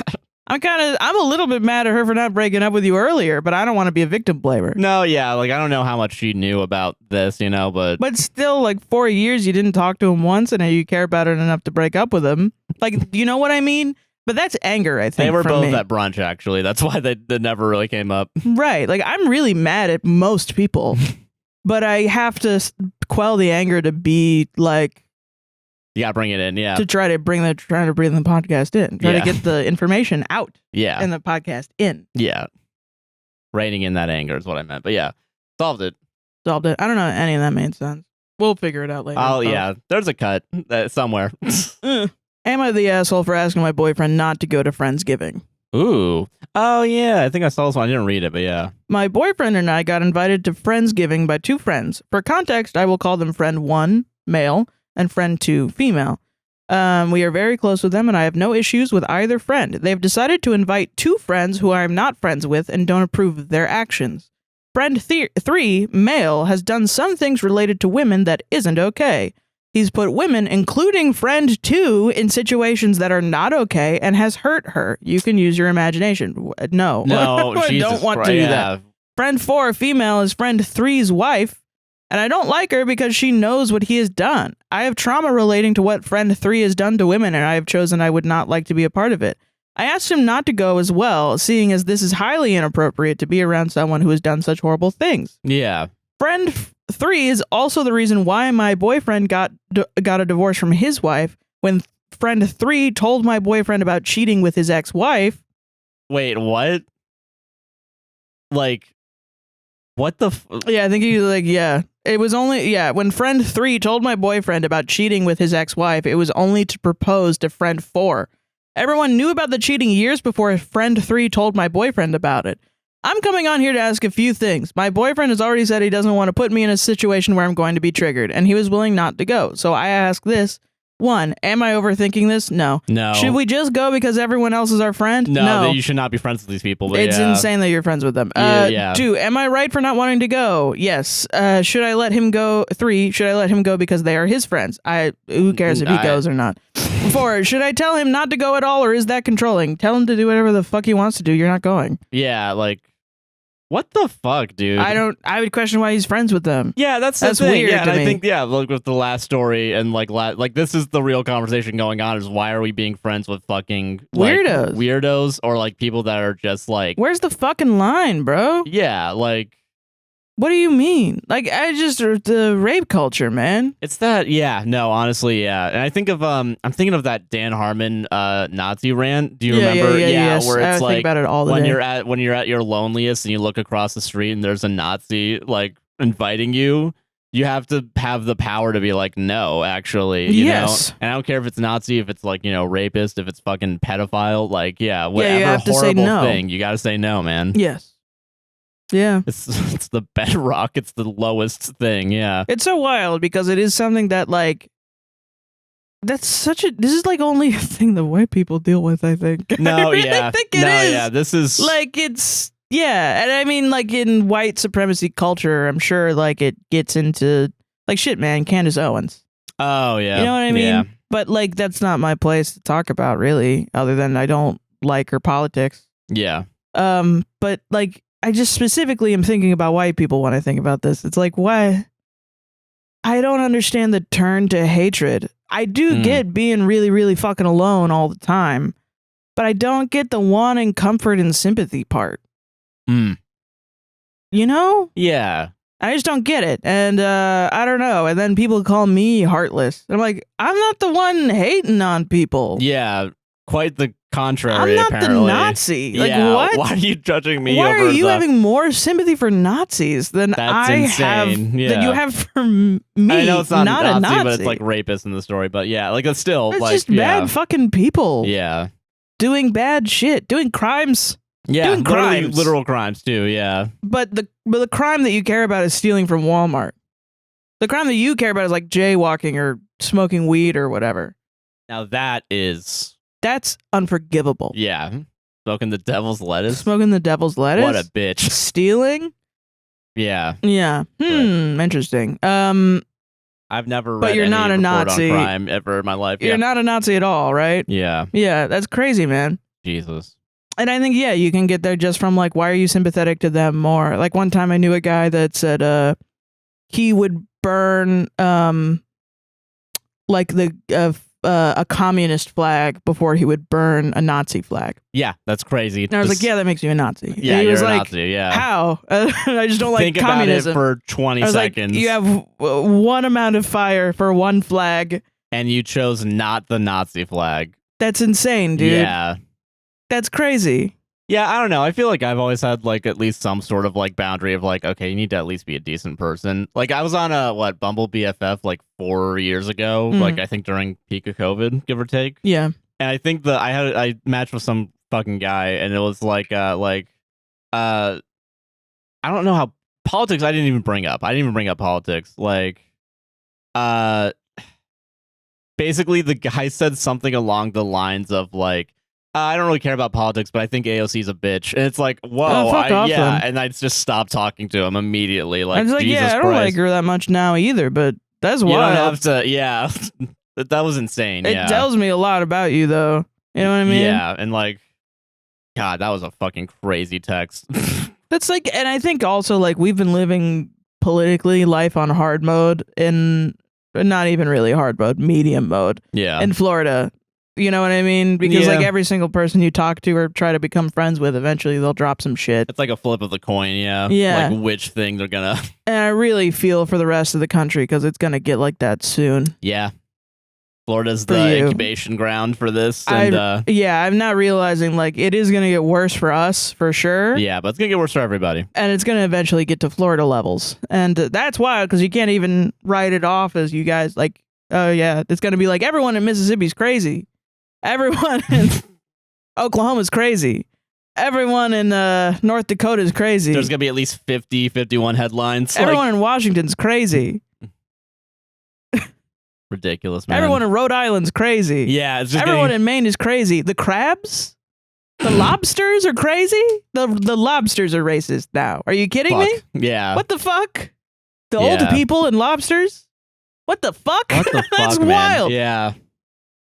Ridiculous. Yeah, don't go to this thing. You're obviously correct for not wanting to go. No. And also, like, ask, like, why are you still friends, like, even remotely with any of these people? Take the day off and sit at home, pretend that you're not dating your boyfriend, and just have a bubble bath and think about how calm you are without all these people around you. Just think about that, like, for 8 hours that day. Yeah, and, you know, just... And then when your boyfriend comes home and tells you all the crap that happened, just be like, huh. That's weird. You know what? Fuck this, actually. Maybe next time, don't even break up with him. Tell him next time that this happens and you don't want to go, tell him, hey, you know, let's go out. Let's go to a park and sit outside. Why don't we, doesn't that sound nice? And if he's like, no, then be like, okay, I'm going to do that though. Yeah. And if he says yes, go to a park with him and sit outside and be like, isn't this nicer than hanging out with a bunch of people you don't like? Yeah. We are not bound to the whims of others or the wants of others to hang out, you know? Like, you got to figure out if he's a people pleaser and you really, really love him and you know, don't fix him. I'm not advocating for fixing him. Tell him to go to therapy. It's not your job to fix him. But, like, you know, or if he's just, like, enabling this because he doesn't care. Yeah. Which that would be. Which is most likely. That's honestly. for, like, rethinking. Yeah. I mean, the dude cheated with his ex-wife. And then it was like, and he's still friends with them. You're still cool, though. That's wild. It's that Derek comedy sketch where it's, which one is it? It's the one where it's Donald Glover. It's the films. It's the, we all made films, and it's one is like. Oh, yeah. Yeah, you remember that one? I do remember that one. Yeah, that's a good one. Me and Todd are cool now. And Todd are cool now. Yeah. Solved it? Yeah. Hell yeah. There's an Am I the Devil, and it's just titled Girl, You're 17. Not clicking that. No. Why would I do that? I'm not doing that. Am I the asshole for telling my son to stop treating his fiance like a child? We'll find out. I don't even know how. Okay. My son, 26 male, recently got engaged to his fiance, 23 female, and my husband and I flew to where they live for an engagement celebration that his fiance's parents were hosting. We were there for a week and stayed at my son's apartment in his guest room. Throughout the week, I noticed that he particularly babies his fiancée and treats her like a child. And examples, please? He brushes her hair every night, which is simply excessive to me. Okay. One night, I got up late at night and went to grab something from the kitchen, and I knocked on their bedroom door to ask, and when I went in, she was sitting on his lap and eating ice cream while they were watching a movie. Okay. On our last night there, my son was cooking dinner for everyone, and his fiancée just sat on the countertop chatting with him the entire time. Okay. It comes off as something you would expect a father-young daughter relationship to look like. Okay. Before we left, I spoke to my son about this and told him to stop babying his fiance, and he didn't respond and changed the topic of conversation and has been distant since then. And I don't know what I should do. I think you have trauma. I think you have trauma with your father. Yeah. Why do you think she just sounds comfortable with her husband? And they're chatting and having a good time. Listen, we're not like that. No, yeah. We're not a very touchy-feely. Yeah. But like you're watching Netflix with each other, you're both eating ice cream, and like one of you's like, that's a really common thing. It's super common. Yeah. Brushing hair is actually like it's like I think it's like an older thing, because like my dad used to he wouldn't brush my hair because my parents were divorced, he didn't live in the house. No, yeah. But he talked about how his mom would brush his sister's hair or something. Or like, he knew girls that would get their hair brushed by their parents, especially if it's long hair and they can't reach. Yeah. So it's like, yeah. Part of me wonders if like the brushing of the hair is just like kind of putting your hand through the hair a little bit. Instead of like actually brushing? That's what I feel like would happen more likely. So like just romance. Like if it's every night, yeah, but if it's every night even, like I guess maybe, but even then, like I don't judge that, honestly. Yeah, who cares? I don't really care, yeah. Are they adults or not? Yeah, they're 26 and 23. Adults, yeah, I literally don't care. How dare she sit on the countertop? The only thing I would care would be everyone has like done at least once in their life. Sorry, if they were in like a DDLG or something and they were forcing it in front of the parents. I feel like that would be so obvious though that you would bring it up in the post. You would, because like that. Once you get to that like kind of like kink, it's really obvious. What is it? Everyone talks about DDLG as if it's like a big whoa. Oh no. Oh, and it's like I feel like it's more of a common kink than most people realize. Yeah, just like the level of it, I think. Yeah, it's just like a heightened level of whatever. And still I don't care as long as both are consenting and there's no I couldn't give less of a shit. Yeah, honestly. I don't. Yeah. I'm once again not into that, but it's not me. No, it's not me. It's whatever. I don't care. But like that's when it gets into the consent topic of like, should you just show your kink in front of people that aren't consenting to seeing the kink? Yeah, which I don't believe so. I don't think that's but that's not what's happening here. No, I think they're just being a romantic, lovey-dovey. Yeah, and good for them. Yeah, great. No, it's babying. Babying is such a like. What is she supposed to do? She's supposed to be like his mom or something? No, yeah, that's like the only thing I'm thinking about is like, what's the correct way to be a wife or like a fiance? Yeah, or is it like we need to coin the term like a gender traitor or something like that? Like you're just selling out your gender. You're seeing a young woman and she's being taken care of by a man, and that's great. She won the lottery. Yeah, and you're gonna turn around and be like, wait a minute. Fuck this. I'm going to ruin this. Yeah. I'm like, what the fuck, man? I'm going to question the existence of this real quick. Just be like, oh, good for them, and move on. Yeah. How hard is that? You also you knocked on the door and walked into the bedroom like while they were just like chill. You did invade their space. Yeah, you did invade their space, and then They're you were like, you guys are being fucking weird. And then you walked into the kitchen and was like, you're fucking weird. Yeah, like that's and wild. Now my son won't talk to me. Weird, yeah. Always the thing that gets me in these. Yeah, it's like I don't get it. I'm somehow also a victim in this as well. I think at some point, like when someone stops talking to you, you just gotta fucking accept it. You know what I mean? Like after you do something that even if they're the ones that fucked up and they're blaming you or whatever. No, yeah. For your own health, I do think you have to move on. Yeah. Doesn't mean you can't have emotions about it. Once again, your emotions are valid. Like, to bring up the ghosting, no contact thing. I didn't know that ghosting was you just don't tell people. I thought ghosting was you tell them, hey, bye. No, ghosting is, it's just... I didn't know that. That's fucked up. I didn't know people were doing that for, like, they're hanging out with you for 20 years and then just leaving. Yeah. That's fucked up shit. That's pretty fucked up, and your emotions for that are valid if that's happened to you. I do think for your mental health, at some point, you just have to not... Like, you can reminisce. Yeah. But you can't, like, if they're saying, no, I don't want to be around you, you do have to bite the bullet on that one. Yeah. For something's going on. Yeah. And don't blame yourself, especially if they didn't bring up anything. Yeah. Like, they have to be the adult and bring shit up with you. Yeah. Yeah. But I don't know. Yeah, you're an asshole in this situation. Yeah, you're just weird. You need to unpack this. Yeah. Maybe it's just boy momism. Like, is it? Why is she not treating my baby boy like a baby? Is it because he's just doing things for her? And that's weird? Yeah. Is it because you want your husband to do things for you? Or like... And you're upset? Yeah. Some sort of weird Oedipus? Or is it supposed to be she's doing everything for him? Like, that's the only thing that... Yeah, those are the things that I'm thinking of, but it's like, I don't know. That's therapy. You need therapy. Yeah. Or something. Something to unpack, what's in your head. You need to talk with your gals about this. Yeah. And they're gonna be like, I eat ice cream with my husband. That is that bad? What are they allowed to do? Yeah. What do you want them to do? I don't know. Walking in on them, they're just like spooning and like sleeping together in the same bed. Like that's fucked up. It's fucked up. It's so she's funny. paping her. I feel like we as a couple have the opposite problem with families. Yeah. Where like we'll show up and we'll give off the vibes like we do on this podcast where we're like buds. Yeah.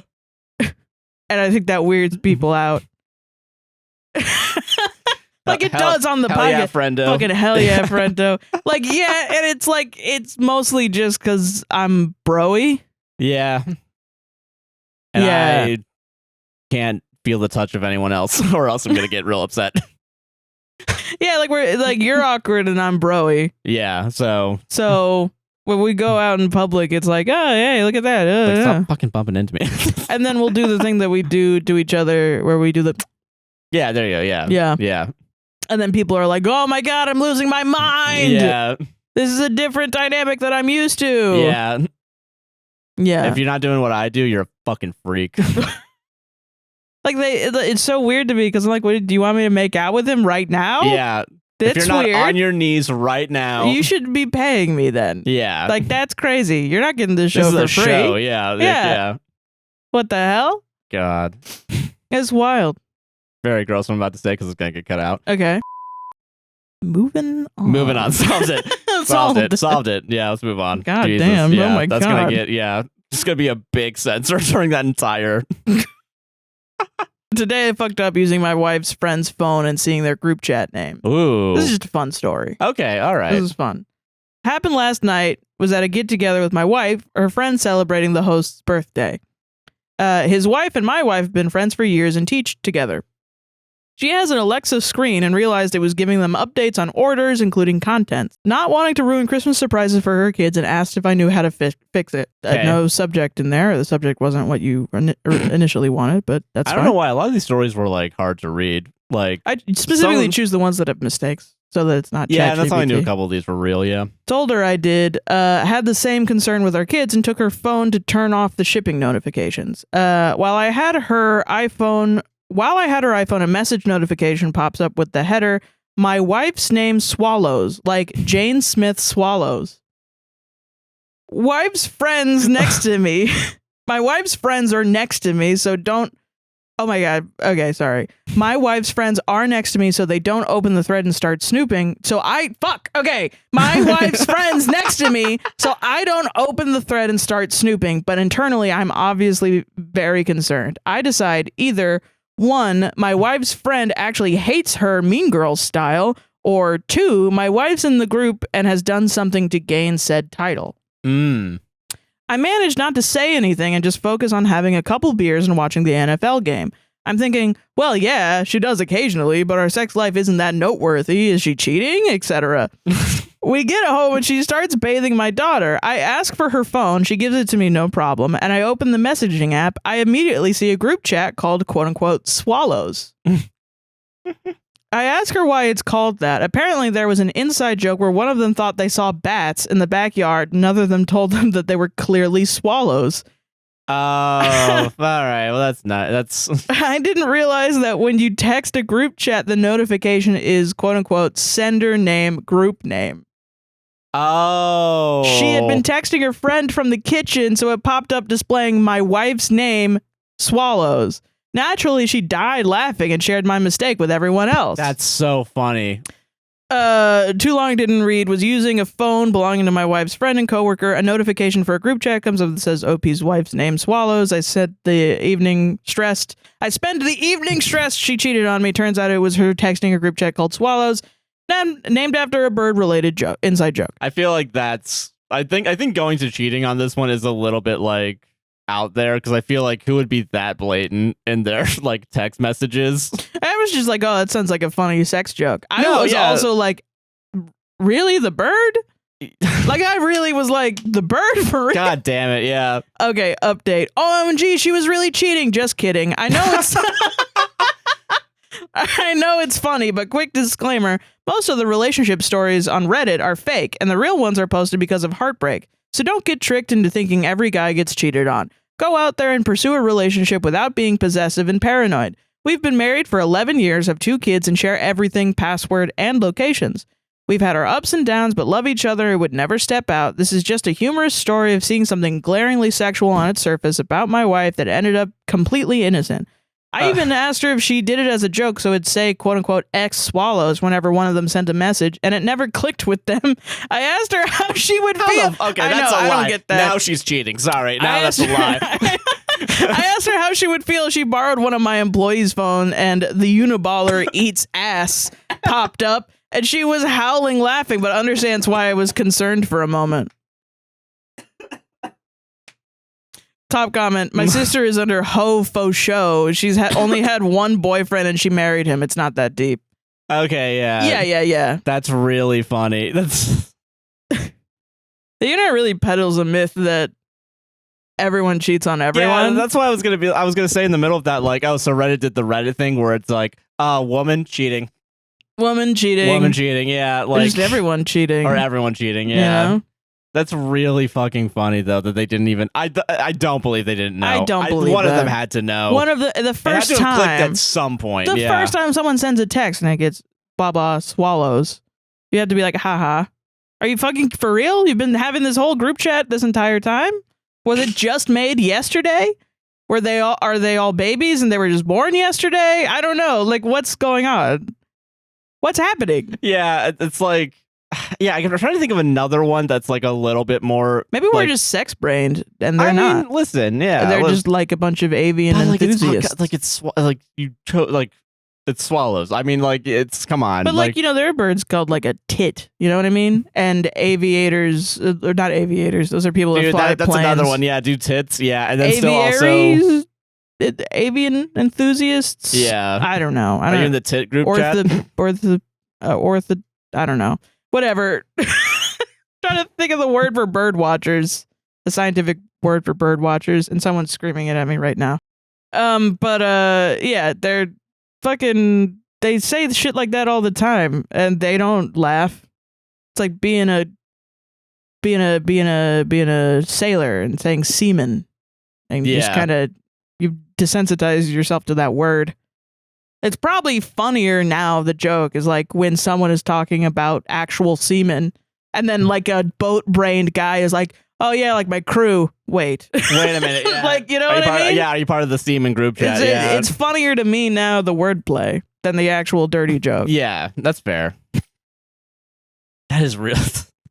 I like that the edit also acknowledged the... Yeah, the edit, I liked the theme of the edit. We need more male role models like that out there. Yeah. And they're everywhere around you. You don't need some idiot to get famous for it. Just walk outside. Talk to some people. God. Unless you're in Florida, then stay inside. Yeah. And wear a mask if you go outside. Yeah, I gotta keep remembering to do that, yeah. But and wear sunscreen and don't go outside. Any other Florida tips you want to drop right now while we're at it? Don't live here. Don't even come here. Yeah. Why are you here? Get out. Get out of here. What are you doing? Velocicoaster's mine. Thank you very much. Okay. That's for me. Well, that's not even the point. Just save yourself. I'm stuck here. I can't do nothing about it. I'm gonna die here, I think. This is hell. I'm pretty sure this is purgatory for me. No exit, yeah. Solved it? How do you get into bird watching? What's the word for it? I know what the word is, and I can't think of it. You just get a binoculars and a book? That's it? Witcher? What the fuck are you talking about, Google? It. That's not it. Come on. What are you talking about? Okay, hold on. Is that Google AI? I scrolled down and it was still on there. It was part of the bird enthusiast name. How about that? Let's do that. Yes. Bird watcher is the only thing. Fuck. Okay. Ornithology? Yes. Ornithology. Branch of zoology that concerns the study of birds. That's why I was saying ortho. Yeah. But that's feet, I think. Like orthopedics? Yeah. Yeah. Isn't orthopedics dentist? Wait, hold on. Wait. Fuck. I hope this all stays in. They focus on injuries and diseases affecting your musculoskeletal system, parentheses, bone, muscles, joints, and soft tissues. Bone people. The bone people are the orthos. I guess that is staying in, so we can at least say you guys learned something today.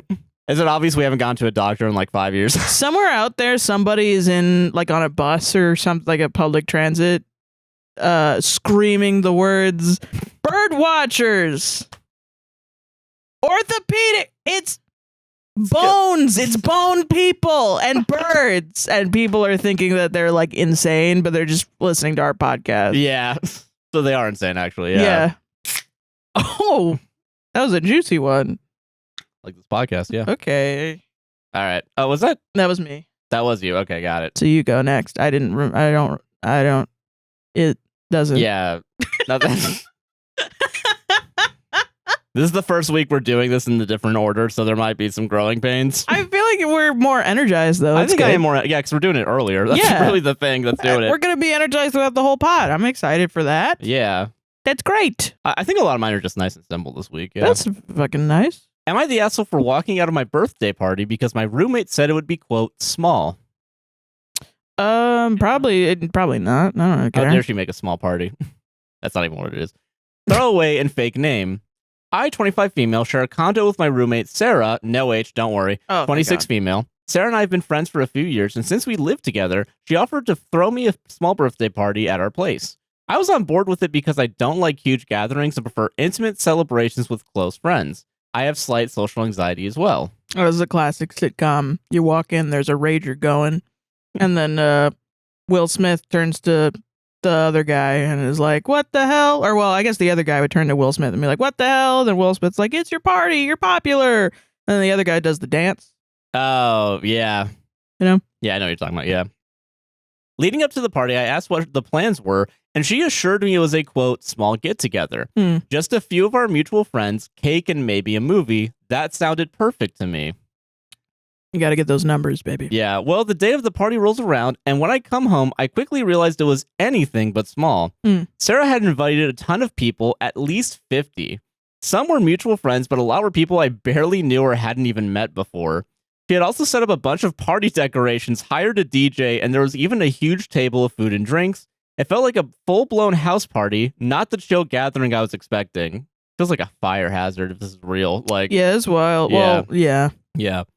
I immediately felt overwhelmed. I don't do well in big social situations, especially when I'm the center of attention, and this was way more than I had anticipated. Yeah. I pulled Sarah aside and asked her why she invited so many people when we had agreed on something small.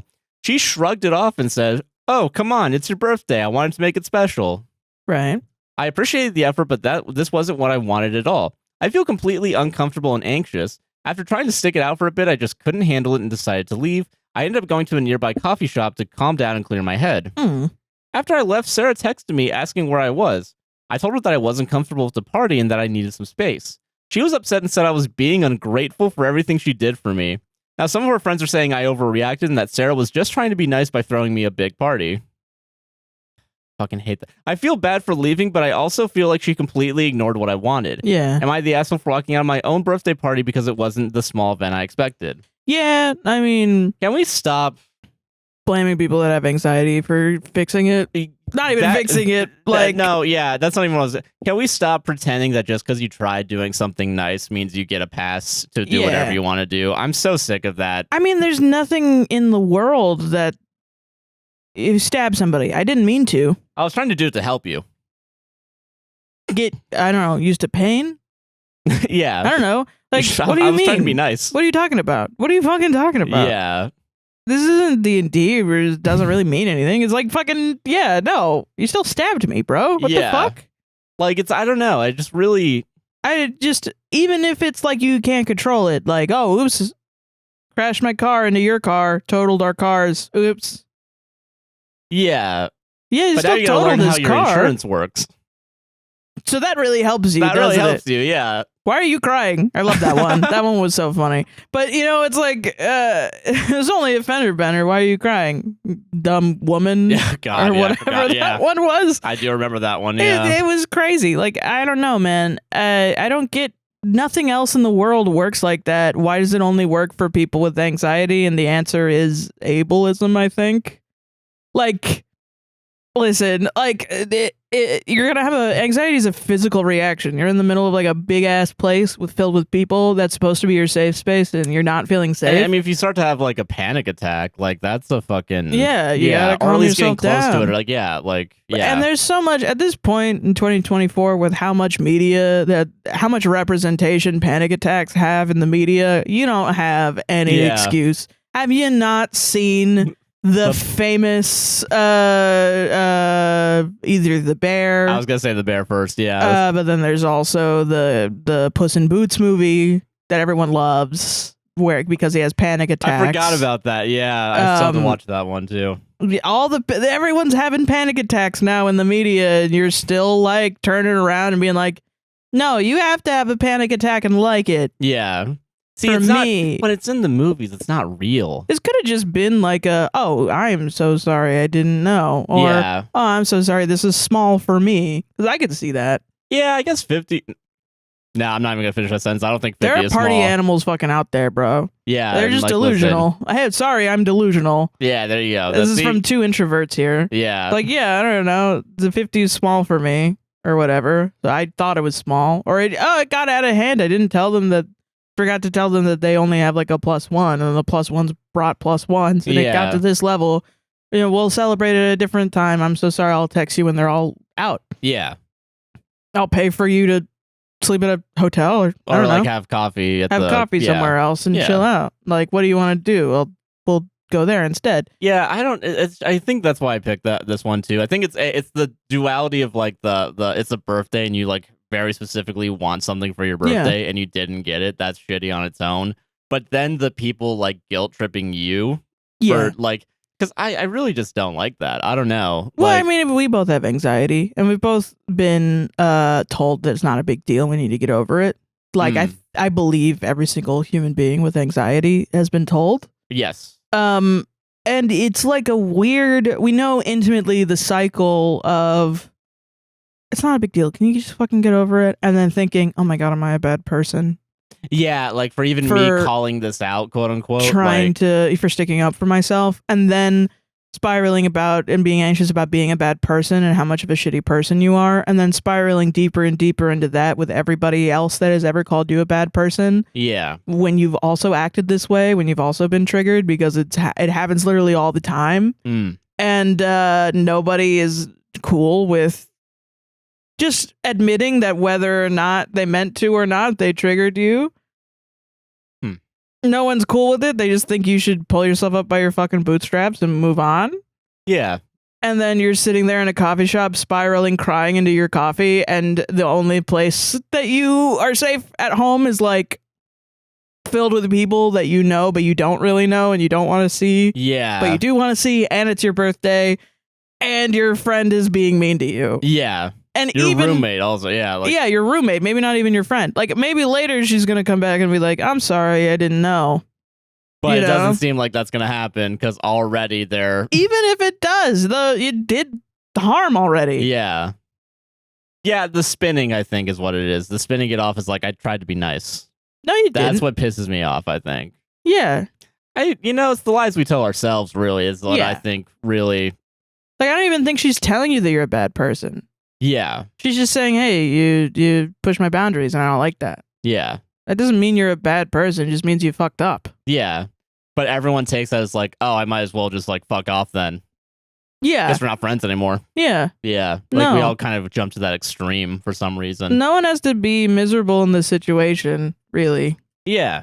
And you're putting it on each other. I just feel like that's a crime because there are real reasons to be miserable in this world, and you're going to get there. Yeah. You're going to be miserable at some point for very good reasons. Yeah. Death. The death of a loved one. The death of a pet is also a loved one. Yeah. You know, politics. Others.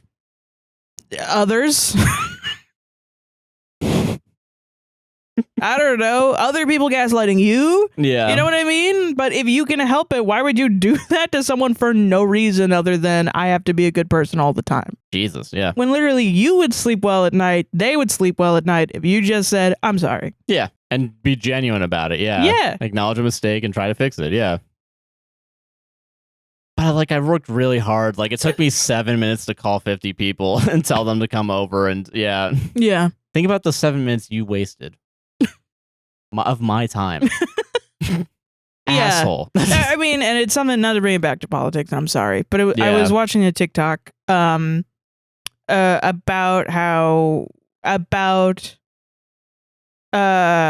people clapping for white women cutting off their MAGA family.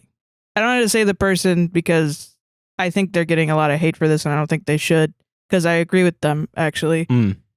Where they were like, I don't have sympathy for them because why, like, you know, you're putting that on, if it's not you, the child of the racist parent to unteach the racism, it's going to fall on most likely a minority. Yeah. And I get it to an extent. And I think a lot of people who are abused and have cut off their parents are mistakenly thinking that this is directed at them. No, it's very obviously, and it also, like, this person specifically said it in the thing that, like, sorry, I wasn't listening. So, like, I mean, I wasn't listening, and I whatever specifically said it that this isn't about abusive situations. You know what I mean? And it's about like white women prioritizing their right to comfort over their right to over other people's safety. Yeah, and I think this is a good example because it's like. You have to sit with the uncomfortableness that you were wrong. Yeah. Yeah. No, and if you can't do that over something as small as you hurt somebody, how are you going to react when the big stuff starts happening, you know? Yes. Like, this is good training, if nothing else. Yeah. Which is why you should be thanking me that I'm telling you got to learn from this, right. Actually, yeah. Like, I think we've stopped telling kids that you're gonna hurt somebody. That's 100% going to happen. Yeah. You will accidentally hurt people, and you will hurt people even on purpose sometimes. Yeah. Thinking that you're doing a right thing. Yeah. And you're not. And you need to be able to sit there in the uncomfortableness and say, I'm fucking sorry. Yeah. You know what I mean? No, I agree with that. And it's a dynamic that when you have a shitty parent, you know, they have to be able to say that, and you have to be able to say that. Yeah. Solved it? I don't think so. Honestly, I don't know. And I honestly have no clue. In this instance, I forgot what the story was about. This one's a serious one, dude. I know. What the fuck? So, let's just say solved it. Let's just say solved it and move on. Actually, I OP too. Yeah. Sorry, one last thing I wanted to say about that, really. I find that thought process interesting, and I sat with it a lot because it wasn't my first thought process when people were saying I cut off all my family members. Because of that. My first thought process was, you knew they were MAGA and you're still talking to them? That's, yeah. Which is also judgmental. Yeah, no. Well, I mean, I don't think that what that person is saying is judgmental. I think it's more out of frustration from, you know, having to deal with, you know, inaction from the white community and going through a Trump election for the third time and being frustrated that nobody's listening to them. Yeah. Yeah, that, I think is valid. Valid anger. I think that's I think that's valid as well. Yeah. But my first thought was like, I don't understand, and I realized I really kind of thought that like that he wasn't gaining people in the past 8 years because I was like, you know, there's this liberal idea in me that's like, who the fuck? It's like a lot of people. Like that's actually, what we just all have to accept. Is like it's a lot of people and it's a lot of white people. Yeah. And it's a lot of not just white people too. But it's mostly white people because of white supremacy. Yeah. Yeah. Like it comes first. We just have to accept it before we can start figuring out the problem. A solution, yeah. And helping people, man. Yeah. But yeah, I guess my thought process was like, you dealt with them for 8 years and now's the time. Like, that's wild. That's a little wild. I agree with you, yeah. Which I thought was really funny because it's the opposite end of Yeah. no, please talk to them. Yeah. You know? God. I do think, though, there's some of them that are, you can't talk to them out of it. There have to be consequences. It depends, yeah. Yeah. Solved it? Solved it. All right. My 30 female husband, 35 male, ruins all occasions and events by sulking. Ooh, okay. I really love my husband. He does a lot for me and is an all-around great guy. Sure, we have a few issues, but we are mostly working around them, and that's all right. But one almost deal-breaker kind of issue that we have is that when he gets upset, he gets really upset. And that can be before important events or date nights, and that ruins the event. That's not to say that I don't fight with him before events too. It'll be me being annoyed, pointing out something, then him saying sorry or refuting my allegation, then I'll just consciously decide to either resolve it or shelve it till later and continue having fun at the event. But he stews in it like a wet towel if he gets angry, and then just sulks through the event, and that ruins my mood at the event. Can't relate. Example, yesterday I had tickets for a comedy show which we were supposed to go to. He was at the venue on time, and I was stuck in traffic and pouring rain and reached half an hour late. I had met up with a friend for drinks prior, and I did try my hardest to schedule enough buffer time. I told him to please wait comfortably in the car as I was getting there late, and I gave him a screenshot of the ticket so he could go in before I came also. He told me they were not accepting screenshots, but wanted to see them on my phone. By the time I got there, he was extremely angry. I apologized profusely and showed the people the same screenshot, parentheses, and they accepted it? Weird. What? Yeah, I think that's weird. And we went in. He was sulking the whole show, did not laugh or smile. I tried so hard to hold his hand and try to cheer him up, to no avail, and then we canceled the dinner date we were going to go on and came back home. He said he was getting bit by mosquitoes, parentheses, could have sat in the car, and he was not let in, but we were let in with that same code. This makes me feel like he's allowed himself to get extremely angry on purpose. Contrast this with, we had a huge fight once before going on a hike, and I cried a lot the night before, but the next morning I decided to have a good time and then sorted it out once we got home, and we did. Okay. In our 3 years of dating, almost every trip, every Christmas, every birthday, every activity I had planned had gone this way. Because when he gets angry at something small, he will not accept your apology. He'll not let you salvage the situation. He will just sit there silently and sulk. There was one time I made a throwaway comment which was not even rude, which he misunderstood during a trip, and then the rest of the trip was him sitting there silently, me apologizing and being irritated at the same time. Jesus Christ. We have a great marriage otherwise, but I have panic attacks about having to give up all the fun things in life because my companion is like this. I don't want to... I mean, listen, if you're already at the point of panic attacks, but yeah, okay. That's wild. I sometimes wish he wasn't there so I can now have fun. I am so scared that the rest of my life will be like this. Before we went on a recent vacation to Thailand, which we planned for months, I told him, if you sulk and fight on this trip, I will never travel with you again. I don't know if that worked or what, but we didn't fight. Okay. All right. This is especially weird for me because my mom was this way. Every event was ruined because she got upset over something tiny and wanted to punish us with her mood. I got to a point where my dad stopped inviting her, parentheses, or even telling her about the things he was planning to do. I am scared that's where my relationship is also headed. How do I fix this? What should I do in this situation? Too long didn't read. Husband gets upset, skulks and ruins all occasions, trips, and events. I want to experience these fun and amazing things with him, but I am scared that this negative attitude he brings will ruin all fun events and occasions in my life. What should we do? Edit 1, random thing. But when we eventually fought about it, he said, you want to be let off the hook for your mistake, and that's why you expected me to get over it soon. Like, man, I didn't talk to me about how you are about, like, man, I didn't talk to me about how disappointed you are later. I wanted to be let off the hook for 1 or 2 hours where we watch a show and have dinner. That's not too much, right?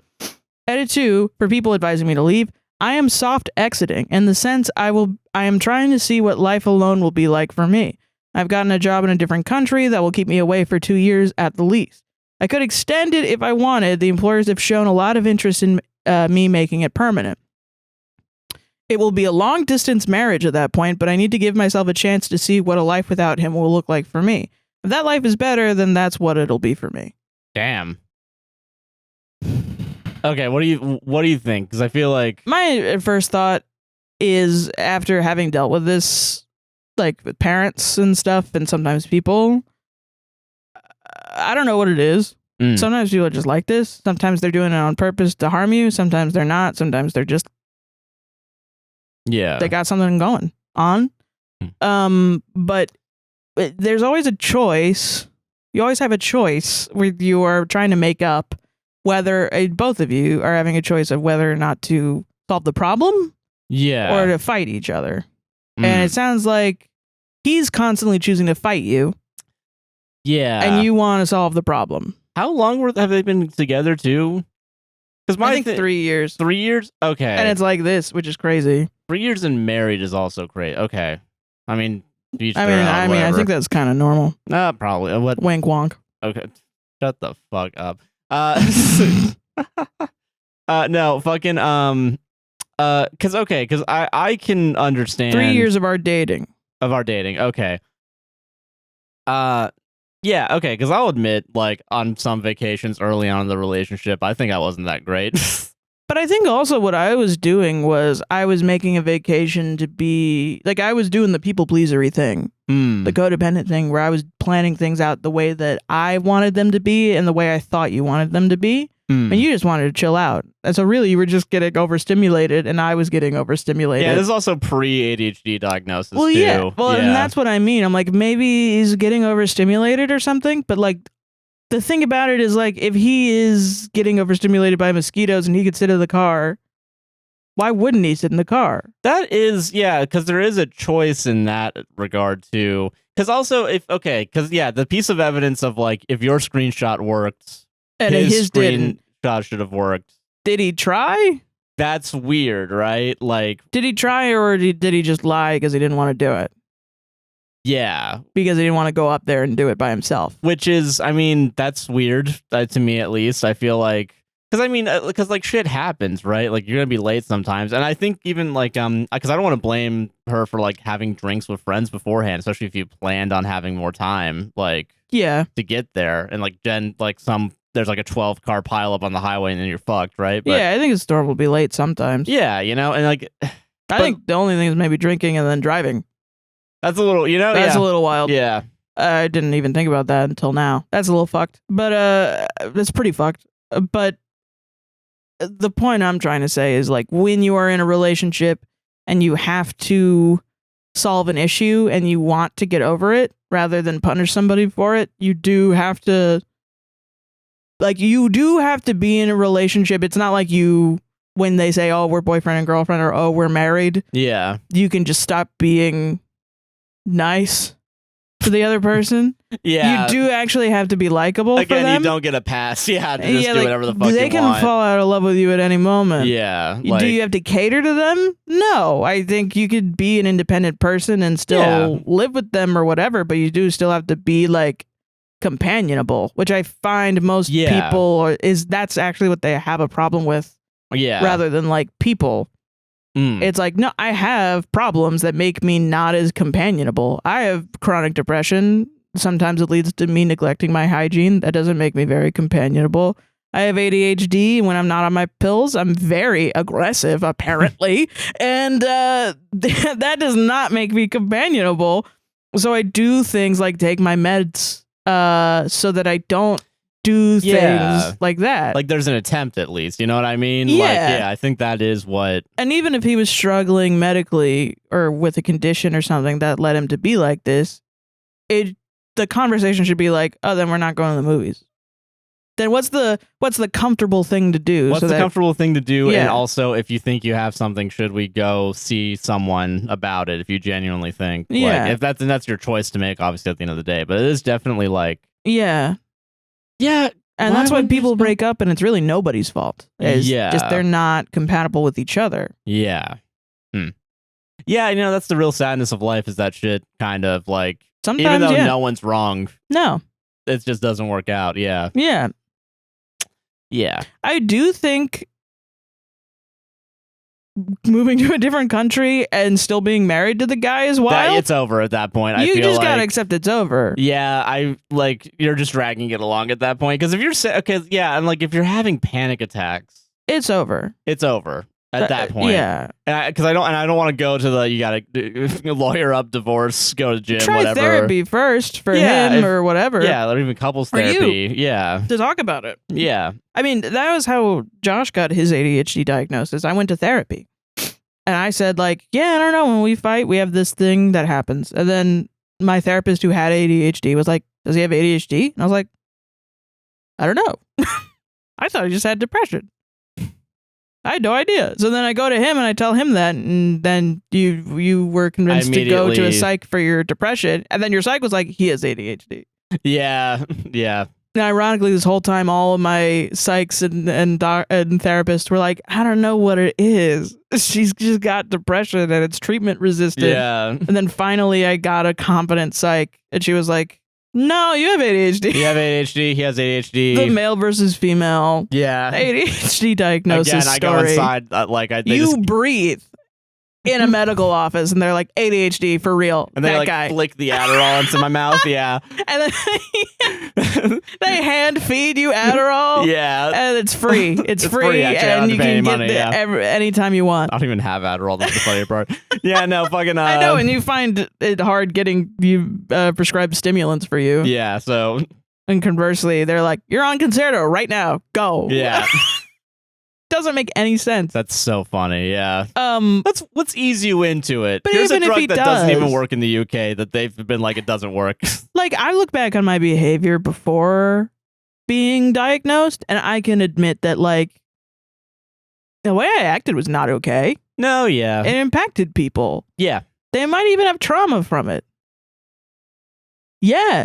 Yeah. I fucked them hard, up, yeah, man. you know, and I think sometimes when I think about like being a kid, like knowing that I had ADHD, knowing that I had depression, like, yeah, I think as much as other people definitely were dicks, like I was a dick too. But they're kids. You're gonna all be in high school and middle school. You're all a dick to each other. Yeah, you know, and it's just like. But the hurt that causes the pain in adulthood doesn't stop, you know? No, for sure. And that's, if you want to be accountable for it, you should, but you should be accountable for it. Yeah, fuck that shit. Never in a million years will I admit I did anything wrong. Like, I could admit that, like, that was probably because I was overstimulated in the moment that I yelled at somebody or something. No, yeah. But also I can recognize. Did yell at someone, yeah. Yeah, they were upset.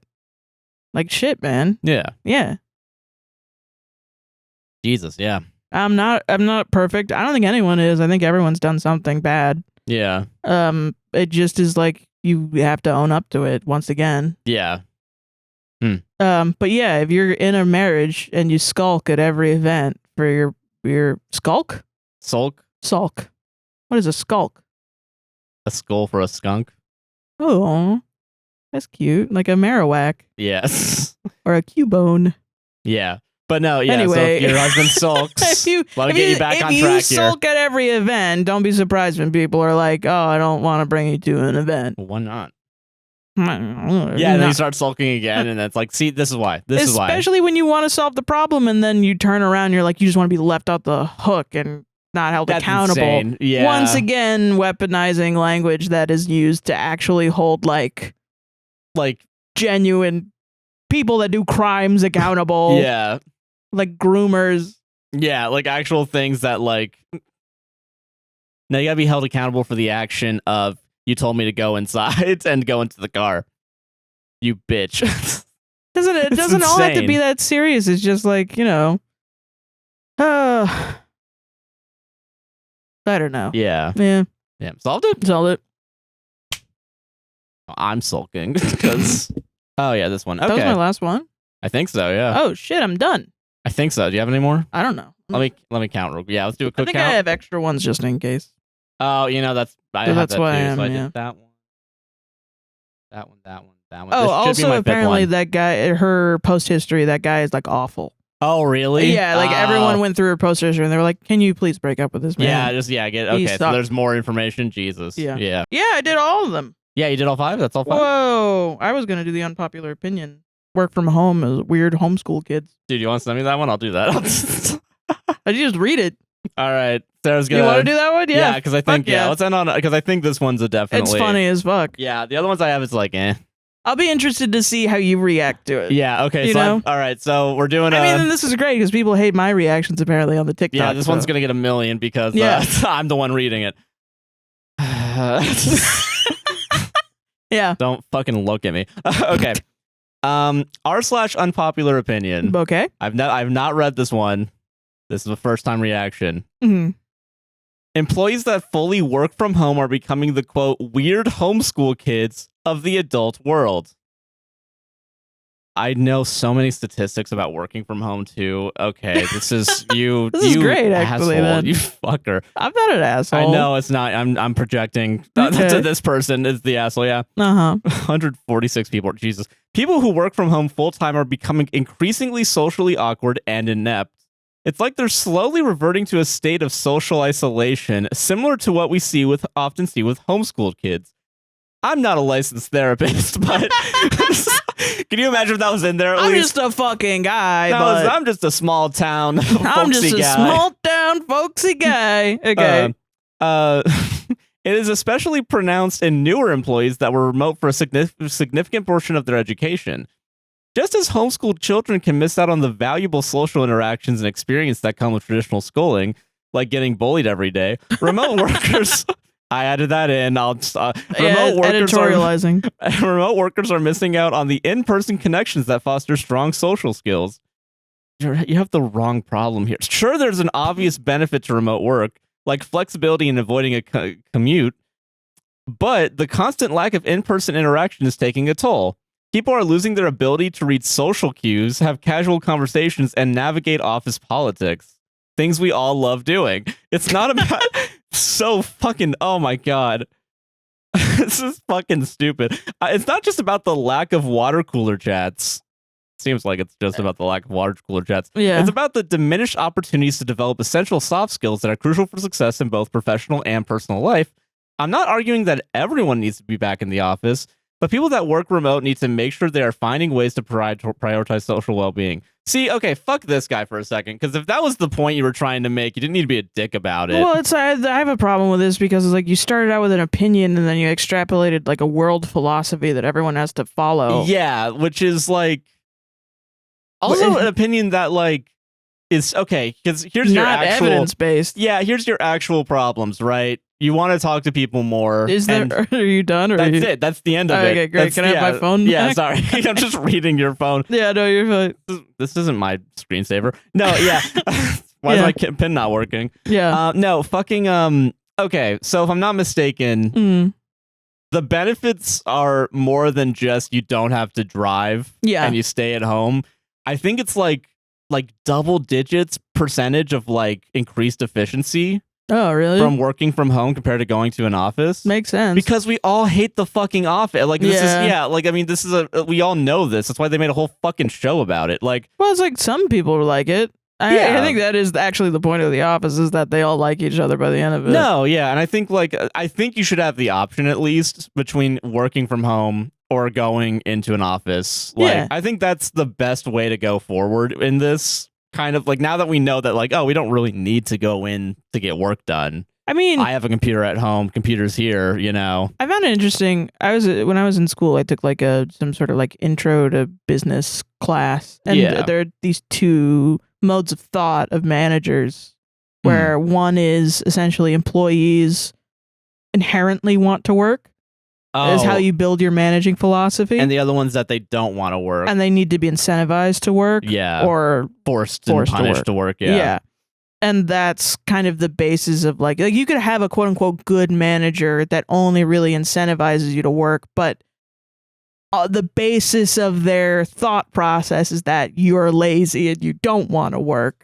And they're still a bad manager just because they give you like a candy every 2 hours. Yeah, they still think you're lazy. They still think you're lazy as fuck. And they're still like punitively like micromanaging you. And that's usually how that goes. Or versus like a manager that's like, wait, why aren't you doing any work? What's going on? Yeah. Is there something wrong? And because I know you inherently want to work, but you're having a problem. Yeah, right. Yeah. And I think I kind of ascribe to that because I definitely want to work. I just hated every job up until this one, right? Yeah. But like... And I know it's not reality. I know a lot of managers, they have a tough job. No, for sure. Yeah. And like it's the system that we really should be critiquing. But that's my thing, is that So here's the actual complaints that we should be making right now. Right.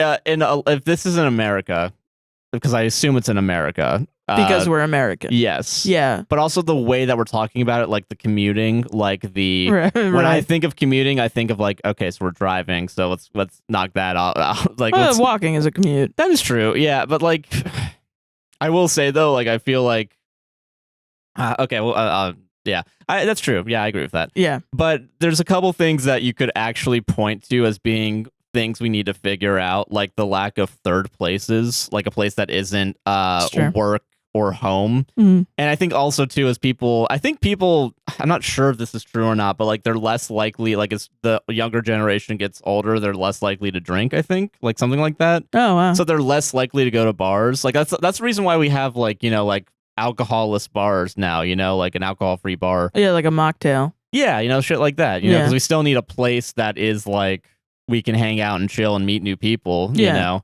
And I think when we talk about the isolation, we decide to focus on, because the thing is, like, you're still technically communicating with someone if you're working from home, unless you were at my job where it was a faceless entity that was controlling every second of my life. George Soros. Yes. That's what, that's who it was. No, it was fucking Zuckerberg, that asshole. But, I didn't work for Facebook. I was an independent contractor that worked for a company that worked with Facebook. So it's let's all calm down. Let's all calm down here. Like, because you're still technically like, if you're gonna bitch about people not having soft skills, right? Like, it's not necessarily that we were all cooped up for a good reason. Remember, for a good it's that there is, if you want to point it like, like maybe having a phone on you at all times is bad, which isn't even necessarily true because teens still communicate with each other just through phone. Well, my thing is like, it's a complicated thing, and I feel like reducing it to just if you work from home, you're a fucking degenerate. Like that's you're just awkward. Yeah. Sorry, dude. But also, as more people correctly get diagnosed with like having autism or having ADHD, that's what I was gonna say. Yeah, like. That's why it pisses me off, I think. It's because like you're like it is like this close. I you're know. like that close to like being correct, and you just took a left turn. Yeah. And it's like, come on. Yeah, dick. bro.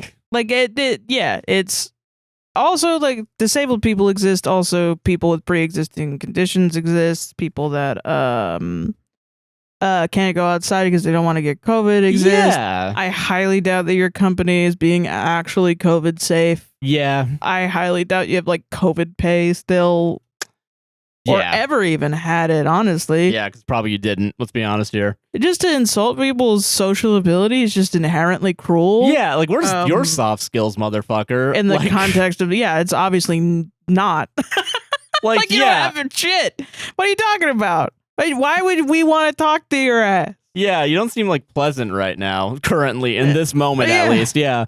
And like I don't know.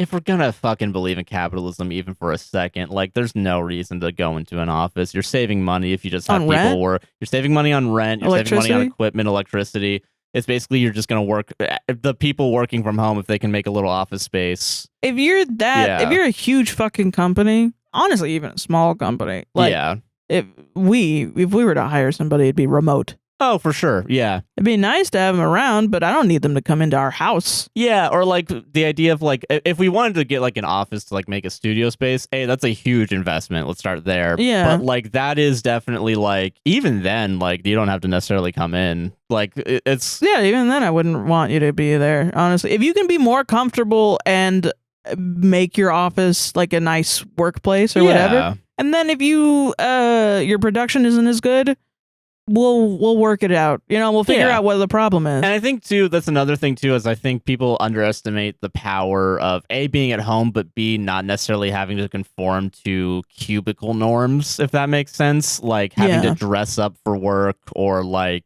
having to just shit like that. There's so much shit too that can happen with that. Like sexual harassment happens in the workplace often.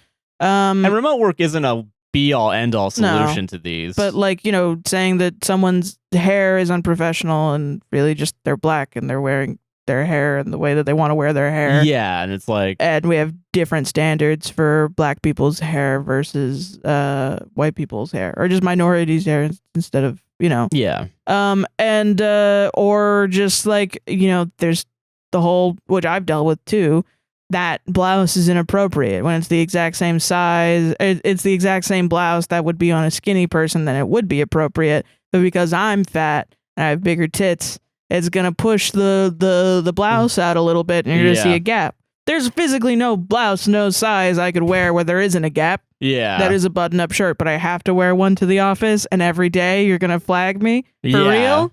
That's not awesome, actually. Just for me to take phone calls, like, yeah, fuck you, man. I'm not even, especially if it's not customer facing. It's just over the damn phone. And like, I think like.